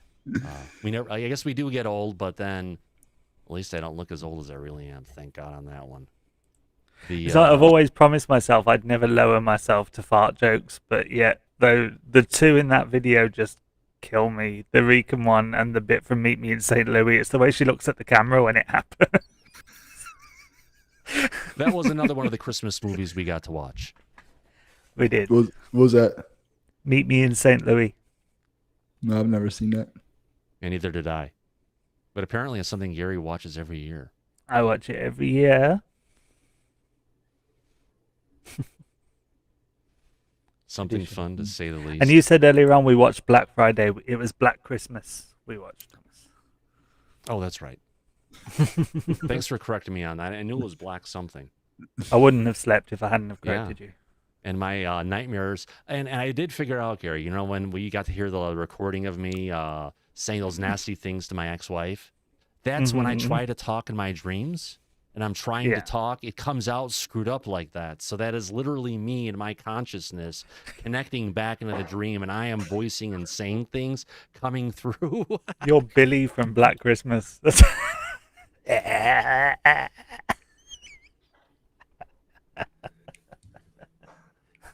You guys consider Gremlins a Christmas movie? Yes. 100%. Yes. Including the one picture that actually looks like, I'll say it, one of the Gremlins in drag that actually looks like Linda Moulton Howe. That's Gremlins 2, Thomas. I'm going to train you on movies. Oh my That's God. Gremlins I 2. never thought of that. Holy crap. Someone got to make a meme of that. See, I think she looks more like E.T. in drag. To be honest. You know when they put the old lady clothes on E.T.? Well, with the wig and the hat. She does kind of look, you know, the Gremlin in drag Bless her. does look more like my ex-wife. So. Ooh. See if I learned find Tom's nickname for her from listening to him sleep talking. Oh, yeah. It's not flattering. Oh, yeah. I really want part of that recording, Thomas, for sound effects purposes. There we go. I found it. When is the new South There Park we go. post-COVID Here's release? a picture of my ex right there. We'll bring it up so everybody could see. Good luck, everyone. I can't see it right now. I can't see it either. Oh, sorry, guys. I just put it on top of John's head. Let me, actually, I can hear what I know what I can do. I can pop out of you guys for a second. This is from the old promo, and I think I've got the video when I was showing some videos earlier on the show. Where's that at?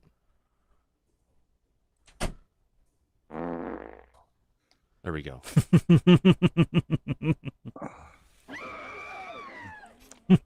Look at that. That's funny. Oh, yeah. It could be Linda Moulton Howe, or it could be, well, Maria.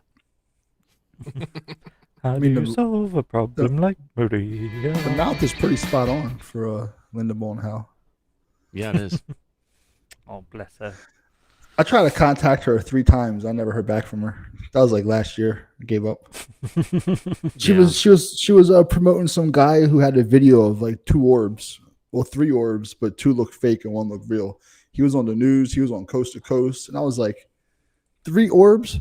I have like thousands on camera. I was like, maybe I should try a shot at this, and never got a response. You know, I'm a nobody in those people's eyes. You know, they're like the gatekeepers of mainstream ufology. Yeah, you have to be in a circle, Yeah. particular circle. It's like the magician circle, isn't it?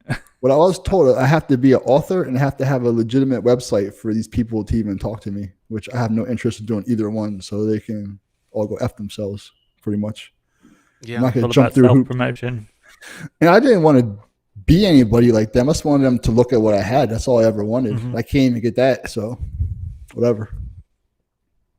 Yeah, I absolutely. don't get that at all. It's like, you think they'd want proof.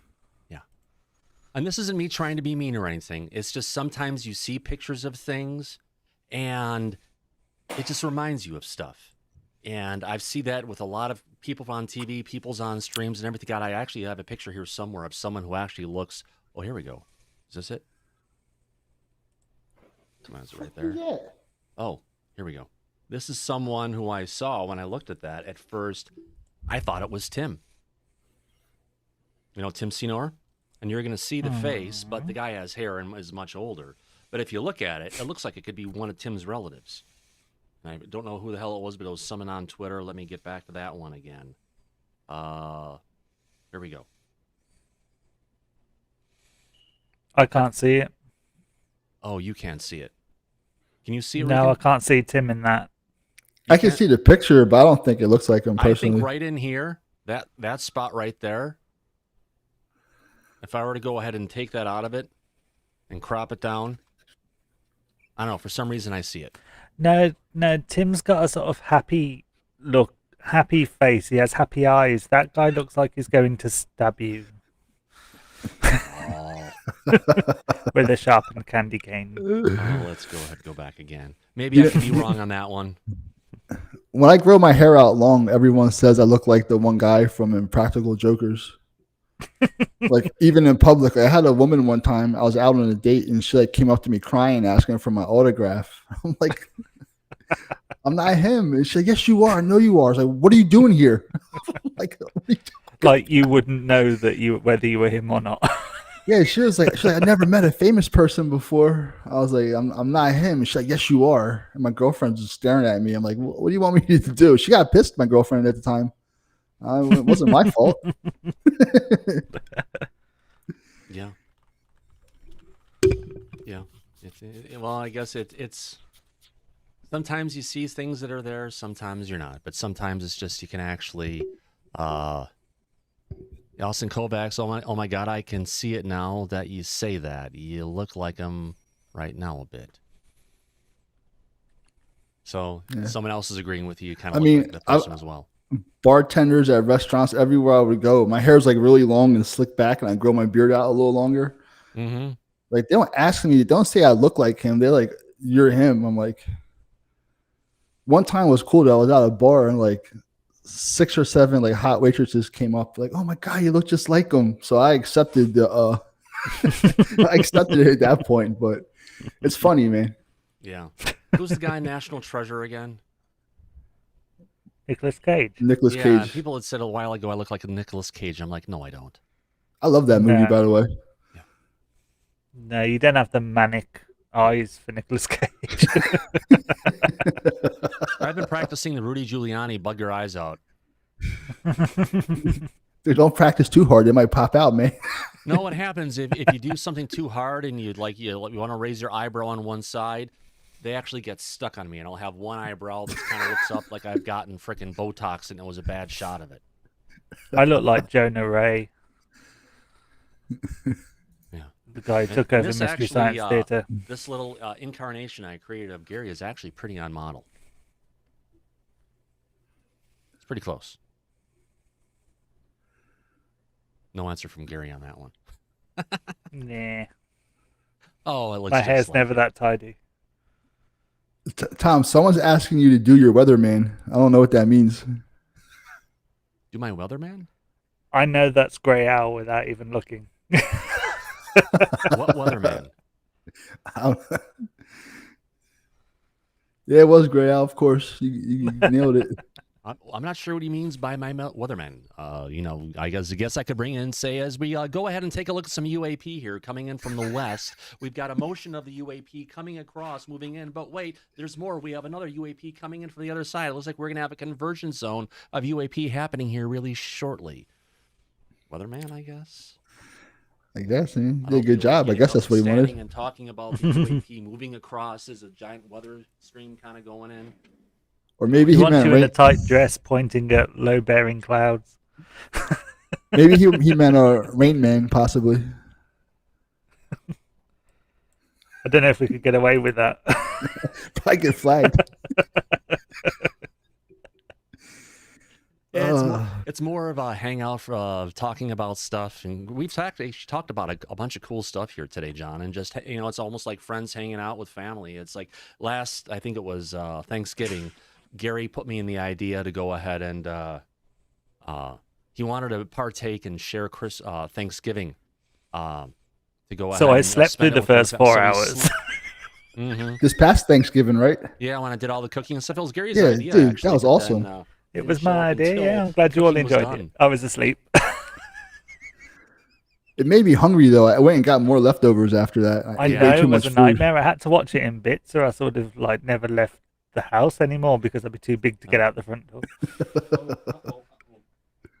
Yeah, that was a good episode. And the whole time I was like, damn, I wish I had a kitchen like that. I'd I be know, a freaking right? chef, you know? I actually was almost Don't going to be get set him up, and I on was to going his to go ahead broiler. and make some on the move. Oh, I was going to go Hello, ahead and make Susan. some. What was it? Scalloped potatoes with ham. But I didn't. But wait a minute, we actually have a song coming in. If you can kick off the song, Gary.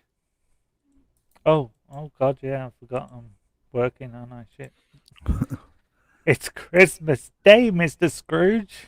Coming in from Susan Goes Time Traveling Asians for fun. What famous humans might be alien? Will I take Cupcake and bring it out? I will, besides what famous humans, I'll throw it out there with That bizarre newsreader on Mark CNN. Zuckerberg. Talk about that. I got to go take her outside before she That that's bizarre a good one. newsreader on CNN that I posted a picture of in the Discord not long ago. She looks like a grey in drag. I'm telling you now, it's uncanny. Mark Zuckerberg's a good one. That guy Yeah, is off. Zuckerberg, definitely. I really can't think of anything. I was going to say Michael Jackson, but I don't believe that. Well, someone actually who looked like an alien used to be on her show, Vatir Seeker. She actually had the big eyes and everything. When I first saw her, and it's like, wow, she almost looks like she could be like a Nordic or something. Granted, she had the red hair and everything like that, but her eyes and just her facial structures, nothing negative about it. She's a beautiful woman, but she just had some kind of a look about her that if there's someone could have that kind of genetics in it, she may have been one. Yeah, I've seen that before in person a couple times. It was two females, two different times, but the eyes were like almost 50% bigger than what they should be. It really creeped me out. You know, my mind goes right to aliens, which, you know, I'm sure they're not, but that's the first thing I think. I'm trying to think of someone. Yeah, I'm trying to think of like someone who's legit where I can say they're an alien. That would actually would probably believe it. I can't think of anybody.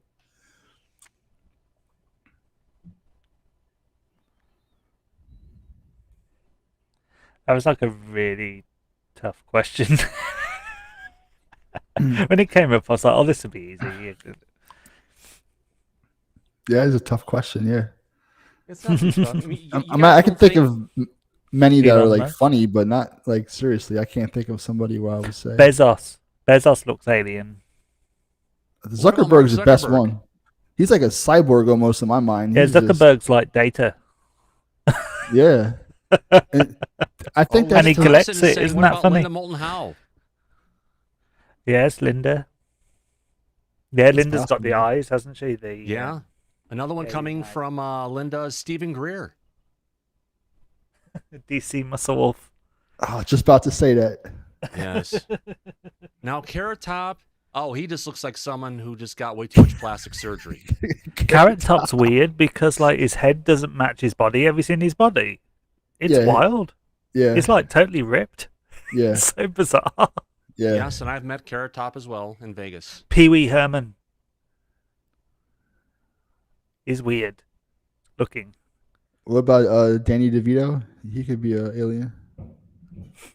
No. Very he's a little small weird. one in disguise. Yeah, he's just a little gray, you know. In He's disguise. a little grey. Elon Musk, maybe? Nah.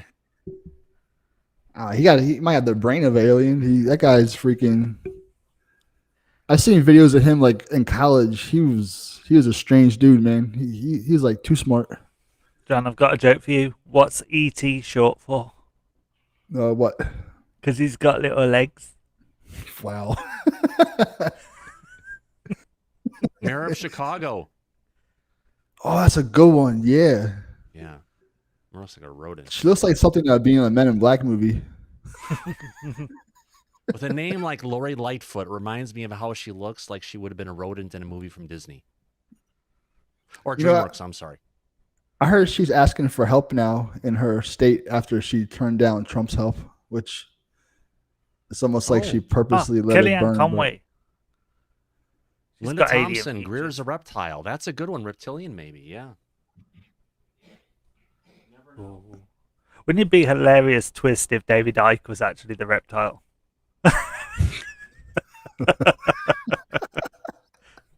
He was just deflecting the whole time. Oh my goodness. Which one? If David Icke was reptilian the whole time. Yeah, I like the videos on YouTube where it'll show like government officials like making statements and it'll show their eyes changing into like reptilian eyes and stuff. I know it's fake, but I used to always like watching those. That was funny. I think Hillary Clinton was accused of being a reptilian and No, he is just Greer reptile. Yeah, that would be funny, Gary. Yeah. Good question, though. You know, he did. You know, I'm gonna be thinking about that later. Yeah, we'll like randomly sit bolt upright in bed in the middle of the night and shout Courtney Cox or something like that. We got a warning coming from advocate for UFO disclosure saying to Susan Goes time traveling Asians, we don't use raw demon names in chat lest we summon. Oh. Uh-oh. Gotta be careful of that. Yes, don't want to open up any portals and bring some nasty things out. No, I already did that 2 days ago. It may cause a priest to appear. Yeah. Well, No portals right here, day please. for one. Yes, and I actually was gonna make some food for dinner, but I didn't do it on camera. I've still got to make it. Maybe I'll do that tomorrow. It's the taking the Christmas ham and turning it into scallop potatoes with ham. It's always really good. Easy. That sounds I was going good. to say, how do you turn ham into potato? Are you gonna cut the potatoes yourself and everything? Yeah, it's easy. You got to peel them first. Actually, I don't peel them. I scrub them with a scrubby, like for its use for like scrubbing pots and pans. Get the skin all really nice and clean, and then I've got a really sharp knife that I don't cut all my fingers off with, and I'll slice them up. Slice your fingers up. No, I don't slice my fingers. And the amount of time it tells you to cook it, no, I need to cook it a lot longer because I don't like my potatoes feeling like they're still snappy. I like them to be kind of soft when you're biting into it. Yeah. Yep. Yeah, you don't want hard potatoes. No. Nope. Definitely not. Gotta watch. Keep my eyes out for Cupcake to come back in. Johnny Depp could be an alien. He's a little weird. The weird thing was, he never was in the early days. Something happened midway through. Yeah, you know what happens is these people get a ridiculous amount of money and their brain just goes haywire. If you look at most of these like super rich like actors and people, like they're a little off, and I think it's because they got too much money. Like Zuckerberg, like, he was normal, but he got so much money now. He's if you can do whatever you want when you want, like I think it just does something to you. Yeah, I guess they sort of lose concept of living in the real world, I I suppose. wouldn't mind trying to see what that feels like. Having that much money. Yeah, it says money doesn't make you happy, but I'd rather cry in a Porsche than in a Skoda. Yeah. You know? Money would make me very happy right now, you know? Jesus. That's true, Linda. Zuckerberg hasn't changed appearance in years. Oh, yeah, his eyes have gotten bigger, and whenever you see him, his pupils are big as saucers, which means what kind of drugs are you on, potentially? What kind of mind-altering things are you on that are making your pupils so big? I'm not quite sure on that one, I'll tell you. But he looks the same age, though, really. I never thought of that.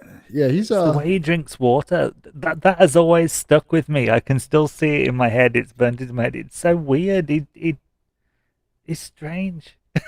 He really is strange. It's like he doesn't know how to human. Yeah, he's way past being human. Yes, he is. Wait till his metaverse starts going. It's probably already there. We're probably already in the metaverse and we don't realize. I'm worried about when that starts, to be honest with you. They're advertising that Facebook portal a lot today, I noticed on British TV. They are? Yeah. Well, they've been advertising that for a bit. Have they? I've only just started seeing it over here. That's all.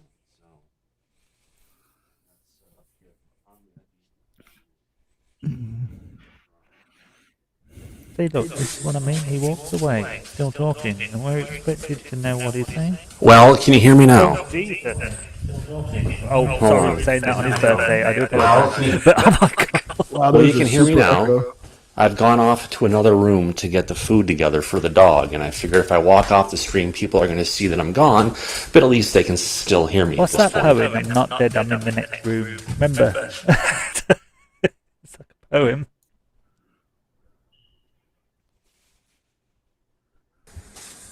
I suppose I could go ahead and actually throw the camera on here and everyone can see me walking around.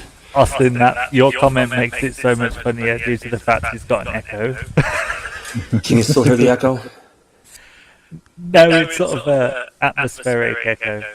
Ah, yes, because I'm in the other room. Oh, what the hell? Let me go ahead and just... In the bathroom.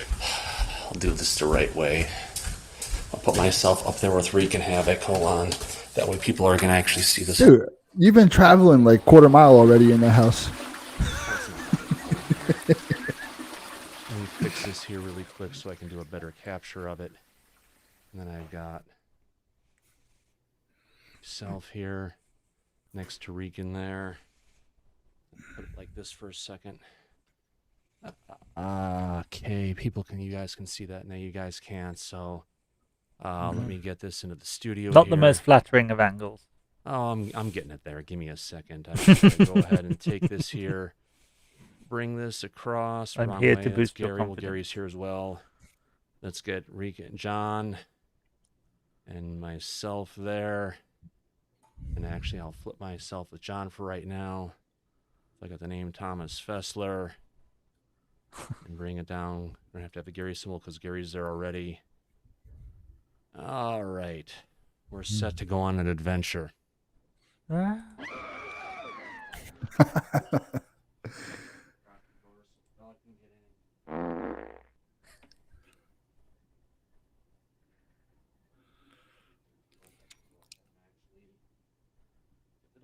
You know what's funny? He's even quieter now than he was before when he was in the other room. Well, haha, I'm not. You should be able to hear me now. Yeah, hear you good. Oh, wouldn't you know, it's melon, which means my audio. That's what it is. Okay. It doesn't let me hear things. Echo cancellation is off, which I need to turn on. Oh, and I need to find a headset. What the hell am I doing? Oh, I know. I'm back here just looking for one of many headsets. Here we go.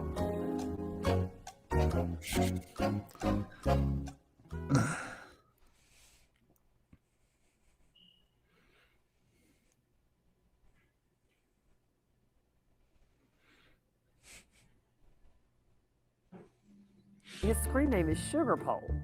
We can't hear you, Thomas. I love the now you sound can hear me effects. Now you can hear me just fine. Yes, I'm in the dirty kitchen right now. I'm getting out dog food for the dog that I get to heat up and take care of, but it's something, if you've got a live stream going, but you've got to take care of the dog, who is 17, by the way. She'll be 18 this year. Now, do you cook for your dog? My parents cook for their dog. They cook better food for the dog than they do for me. It pisses me off. Actually not. I actually go and I take the food and I heat it up on the microwave. Okay. Yeah, my parents, they'll make like chicken with vegetables, like and rice, and then they'll make me like a ham and cheese sandwich. I messed with my uncle one time because I took the container of dog food out of the refrigerator and started eating it. He's like, "Oh my God, you're eating dog food? That's disgusting." You know, we were joking around. But yeah, they cook a full meal for my dogs. Or their dogs. Yeah, I used to go ahead. My dog has a full Christmas dinner when we do Christmas dinner. Oh yeah, Thanksgiving they had turkey. They had like they love salad and vegetables. My parents' dogs, so they have like a little 4-course little Thanksgiving meal. Oh, nice. Yes. Cupcake what did flavor's have the dog food, Thomas? It's actually it's husky flavor. No. No. No, it's just ham. Not ham flavor. What am I talking about? It's liver. So, Liver alone. Liver alone. Liver alone. Oh, my God. Liver alone. Microwave it for 20 seconds to take the chill off and just give it a little bit of warmth to it and everything. And she should wait. Actually, hold on. Yes, I've got some leftover on the counter from last night, all gelled up. Some nice juice from the ham. It's full of nitrates and other kinds of fattiness and other kinds of things that I'm going to use as a gravy on top of her stuff because it is Christmas and everything. And what tastes better than a little bit of fat and salt on any kind of dish for a dog, right?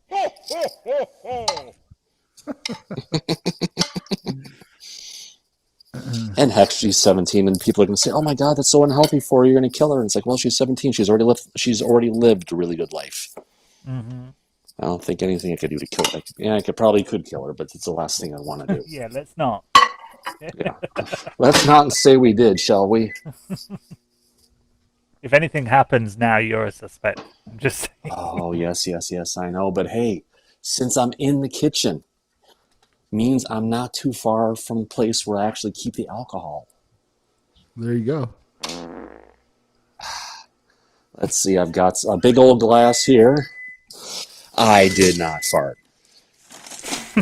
Then why did you say it afterwards? Oh, yeah, I could be potentially lean down in the ice machine. Smoke break's over. Get on it. Oh, that's a new one. Oh, you got that from Mr. Gray Owl. Yes. Let's see now. Yesterday was vodka. So today it's rum. Pour it. Turn on. Side count to 3. 1, 2, 3. Nice. Scientific. But it's got one of those stoppers in it, so it's not like it's a bottle just going glog, glog, glog for frickin' count to 3. I've been drinking sake all night. Oh, nice. I do have a bunch of stuff here for our New Year's show, though. Granted, someone else is having the Golden Probe Awards. Almost feels like we should rip off that concept ourselves as well. But that seems something more in the middle of the year versus end of the year. Okay, I've got that. Let's check out the food. Is the fat and everything's melted? Yes, it is. And she probably just going to lick up the fat and not eat the food, but... And I'll probably give her the shits. Well, that's good because she's a bit constipated. She doesn't drink enough fluid. Yes, and the house isn't that big. It's just a tri-level, 2,350 square feet. Is that all? Yes. And Cupcake is missing. First thing I see when I look down at the chat is that's huge, Rob. What is Rob doing? And next I have to go look for her, figure out she's already here. Son of a bitch. Come on, get your food. Come on, girl. Come on. Right here you go.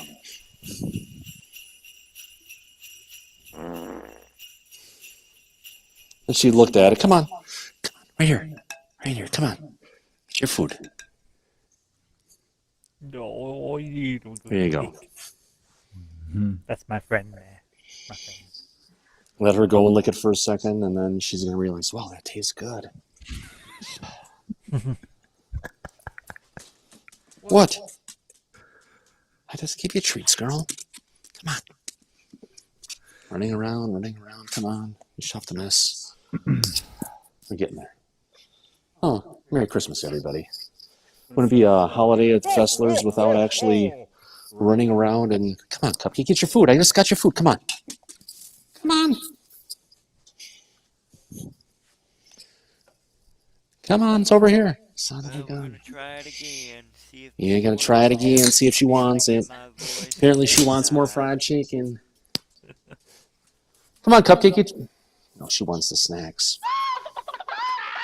Son of a gun, I'll go over there. I've got my rum in one hand, I've got the stuff in the other, and she is hanging out by the treats. But she wants a treat. Okay, fine. There you go, come on. You can't handle the treats. Yes. She can't handle the treats either, apparently. I'm going to go ahead and stop this for the time being.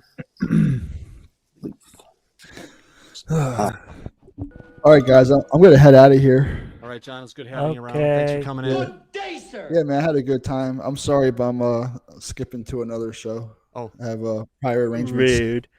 Rude. Oh, you're going across to Spaced Out Radio. Yeah. Stone Hobbit's a good friend of mine, so I want to see, watch her. I've seen her interviews before, but she has a amazing story, you know. So I'm gonna go support her. What time's it on tonight? 9 o'clock, so like 11 minutes. Oh, wow. I thought they were going on at midnight. I didn't know they were going on so early. Yeah, I was assuming it was later. Yeah, me too. I didn't know time was going on at all today. Man is actually going to be on tonight. Oh, That's sick. We should all go say hello. I'll try and say hello. I have other accounts. You want to send me in? I can shout at them. We'll send Gary and take care of it for us. He's our muscle now. Yes. Believe it or not, we still have. Your tone seems very pointed right now. Yeah, not bad. It's been a good holiday show. A little bit longer than usual and everything, but that's what the holidays are about. It's about people coming in and leaving and hanging around and never knowing when to go home. Yes. Well, thanks for stopping in, John. Appreciate you for coming in and hanging out for as long as you did. It wouldn't have been the same without you. Oh, thanks, man. I always like coming on. We had a good conversation, you know. Yeah, absolutely. It's been a good Christmas so far. So. Yeah. Well, thanks, man. I appreciate it, and maybe a little bit better with you being here. Thanks for coming in, and look forward to next time. Awesome. Everybody, enjoy the rest of your Christmas and have a good night. You too. Take See care. you later, John. Bye. Bye. Bye. Well, that was nice. It is. I think Gary was only going to stop in for a second. Yeah. It's after midnight here, you know, as you said. Yeah. On by that noise off in the distance, Cupcake is eating her food, or at least Ooh. licking the fat. Yes, and fun Gary's sound effects are great, aren't they? Absolutely. That's part of the stuff that we like to be serious about not being serious. And granted, we do get a bunch of people who do complain about the sound effects.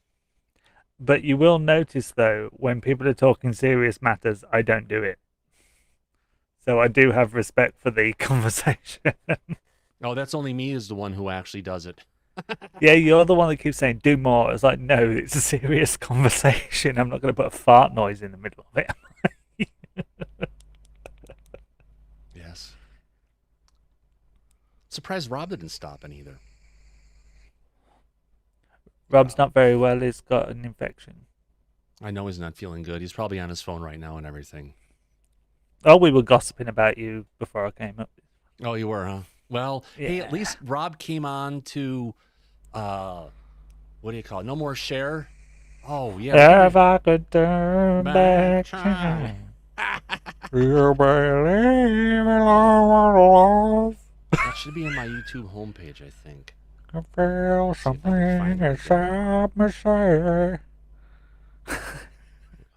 Did I see her here a second ago? No, that's not her. Oh, there she is. There she is. If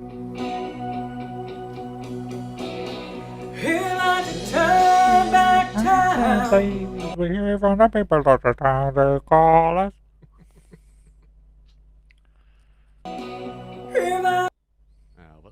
Should we go ahead and show the people who's actually singing this one? If you want to. Find a way. I can only It's play all it good, every we so can't often hear it. because there is some licensed music in the background she's singing to. I take back the germs that hurt you, and I'll spray. She said, "I'll turn back the germs that hurt you, and I'll spray." Where's the video at? If I could turn back time. Okay, I'll fix this video here really quick. Live TV, folks. We're getting there. Live broadcast. Okay, so this is a lady who's actually singing. Hurt you, and I'll spray. Yeah, it bugs me though that is an Amy Winehouse wig and not a Cher wig. Cher wouldn't be seen dead in that wig. Yes. I don't know why I touched the things I did. I don't really wanna get the COVID. She has an interesting taste in art. I mean, what is that picture? Yeah, my neighbor had that same song. He got it at an art fair thing where he played, like they had it at the hotels, or said, you know, come and see this great music artwork, whatever it is. You can get it for like $20 framed. We've got one in the living room which has like Hollywood stars on it. We've got Marilyn Monroe on it and James Dean and things. The invisible weapon, we all run and hide. And that is a wig, by the way, as well. Well, obviously. Look at it. I really hope it doesn't hurt you. It looks like an octopus has landed on her head. Make sure you sanitize your home. I know we wanna cry. Oh, baby. My volume is down low, yes, because we've got Cher really loud right now. Oh. Here, fix this now. So I was lucky then that I can't hear it. Yes. You can't hear that right now? No, it's fine. Oh. It's fine. Yeah. We don't want it to. We don't want to go and crash again. I take back the germs that hurt you, and I'll spray. She'd spray, take the germs. I off have the one edge. thing to say about that wig. Nice Yes. beaver. If we could beat the stars. This is where the lyrics come back in using the original one again. Then we could beat these two. At least she's having fun with it, you know? She is. Then you can hug me, touch me like you used to do. Oh, I never touched you and I never would. And if I did, that was a big mistake. If I could turn back, my world was shattered, it was torn apart. We got so much toilet paper in your car. So much toilet paper in the cart. Remember those days? You know, honestly, still sometimes you go to the warehouse to go ahead and get your big amount of toilet paper, and they're out of stock. It's definitely Amy Winehouse. Yes, I know. You walked in the door and you didn't care to wash your hands, and now I'm really scared. Okay, so someone said about turning back time, said about Cher. Well, it's not exactly Cher, but gotta But have it's Christmas, we're meant to share. Yes. There we go. Christmas tree flew back in just in time for that to happen. Next year, you can hire a band to do a Letterman-style show for Christmas. Yeah, we could do something like that. I'll do my Cher impression with a correct wig. Yes. I was going to say something about Amy, but yeah, let's keep it nice and happy. See, I'm thinking. But it's actually coming from a woman, Mermaid's so it's Cher, probably okay. You know, the classic 60s. That's fabulous. And Cher looked her very Yes. best. Yes. And Elizabeth Warren saying that your Cherokee doesn't talk about your heritage, and it's not about the vehicle you drive as well, as in a Jeep Grand Cherokee. Well, that's random and just got thrown out there. Well, someone said about Cherokee here. Oh. Or Cherokee. Like karaoke. Oh, clever. I like that. Karaoke. Advocate for UFO disclosure. Whatever I did wrong for you to play that, I promise I won't do it again. Someone brought up about Cher. It was Ian. It was Ian. Blame it on Ian. It's his fault. Mm-hmm. Ian's fault. Yes. Everybody look at him and point. Shame, shame, shame. You know, like when you see, oh, yeah, we actually lost a bunch of people playing that one. We lost 4 people. I can't imagine why. It's probably people are getting set to go and take off for an actual professional show.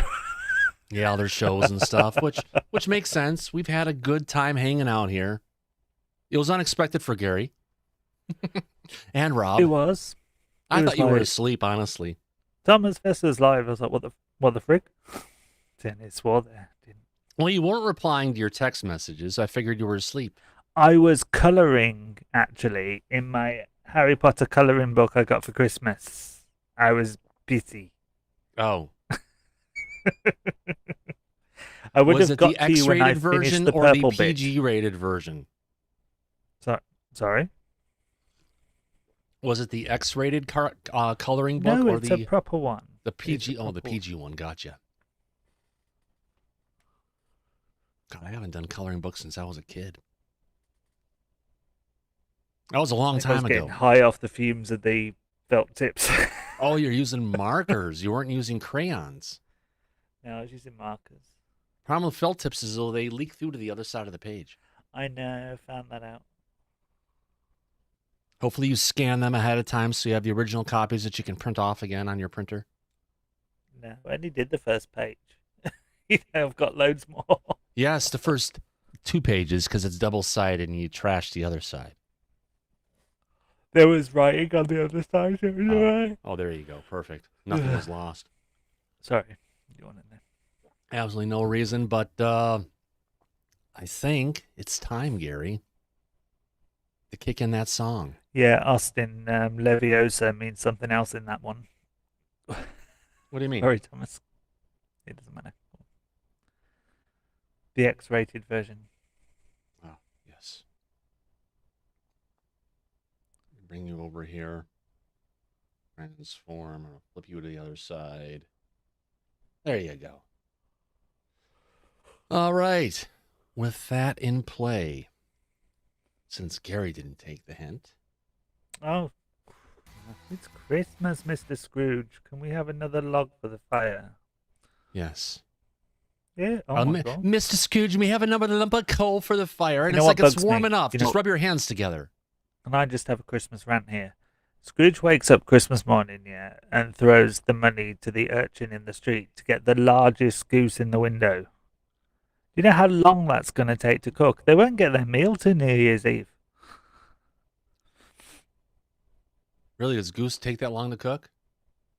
On those ye oldie Dickensy stoves, yeah, it would. It'd take Well, it depends on how ages. much coal they put And why into is it. the butcher's open on Christmas Day anyway? Something we could look at that way, but you know, coming from that and everything, I think it's time to start thanking the people for showing up. There you go, Linda Thompson. Thanks for showing up, doing even the dance from X1, who's not here. Thanks for staying on the road, X1, and Merry Christmas. I just to got a you. notification saying there's snow on the way. Nice. We had snow last night, and maybe some more snow tonight. Hey Google, is it going to snow tonight?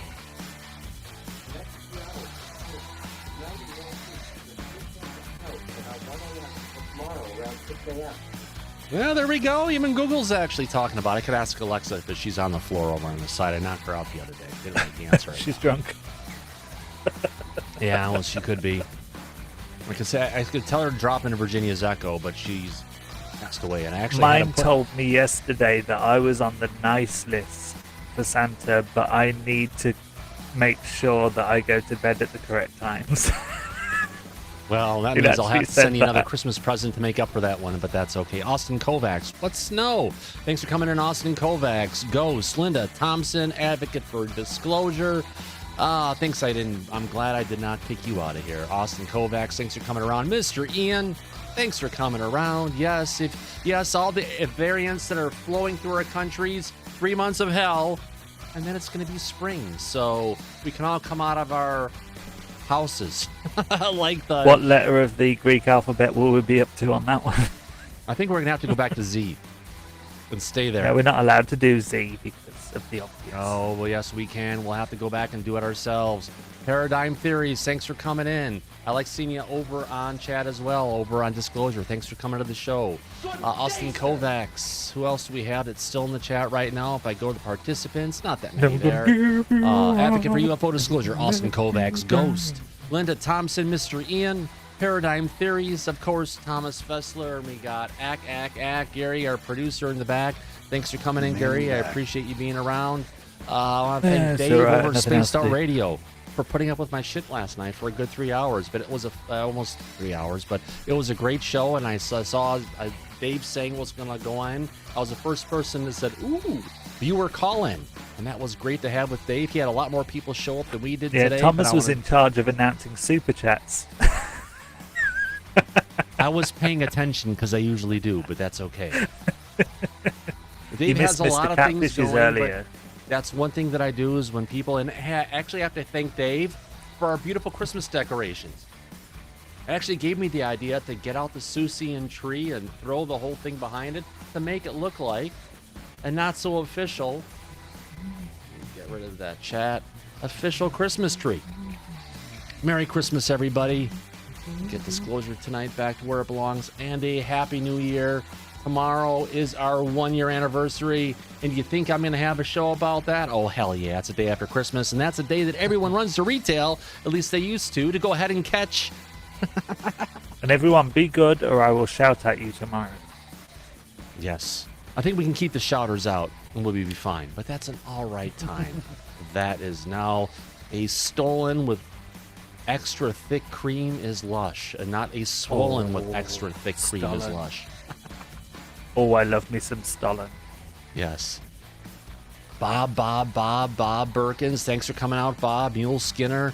Who else is back there in the chat? A bunch of Bobs. Linda Thompson. X1 was here. Thanks for coming in, X1. We had Judy here earlier as well. Yeah, Julie Farrell was here. Thanks for coming in, Julie. Paradigm Theories, Randall Hill.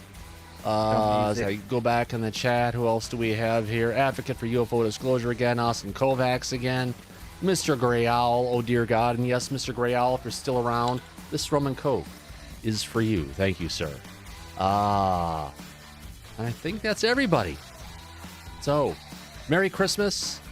Hopefully this one was a little bit entertaining. Glad I could go ahead and open up my house at the very end and get her to eat some more food. And from myself, Luke, and Cupcake the Wonder Dog, we wish you, and Gary, we wish you a Merry Christmas, and we'll be back to wish you a Happy New Year and anniversary tomorrow. So it's actually our anniversary today over in the United Kingdom. So thanks, everybody. You have a wonderful evening. As I always say, eyes open, no fear. We'll catch you on the flip side. Take care, everybody. Merry Christmas. Merry Christmas.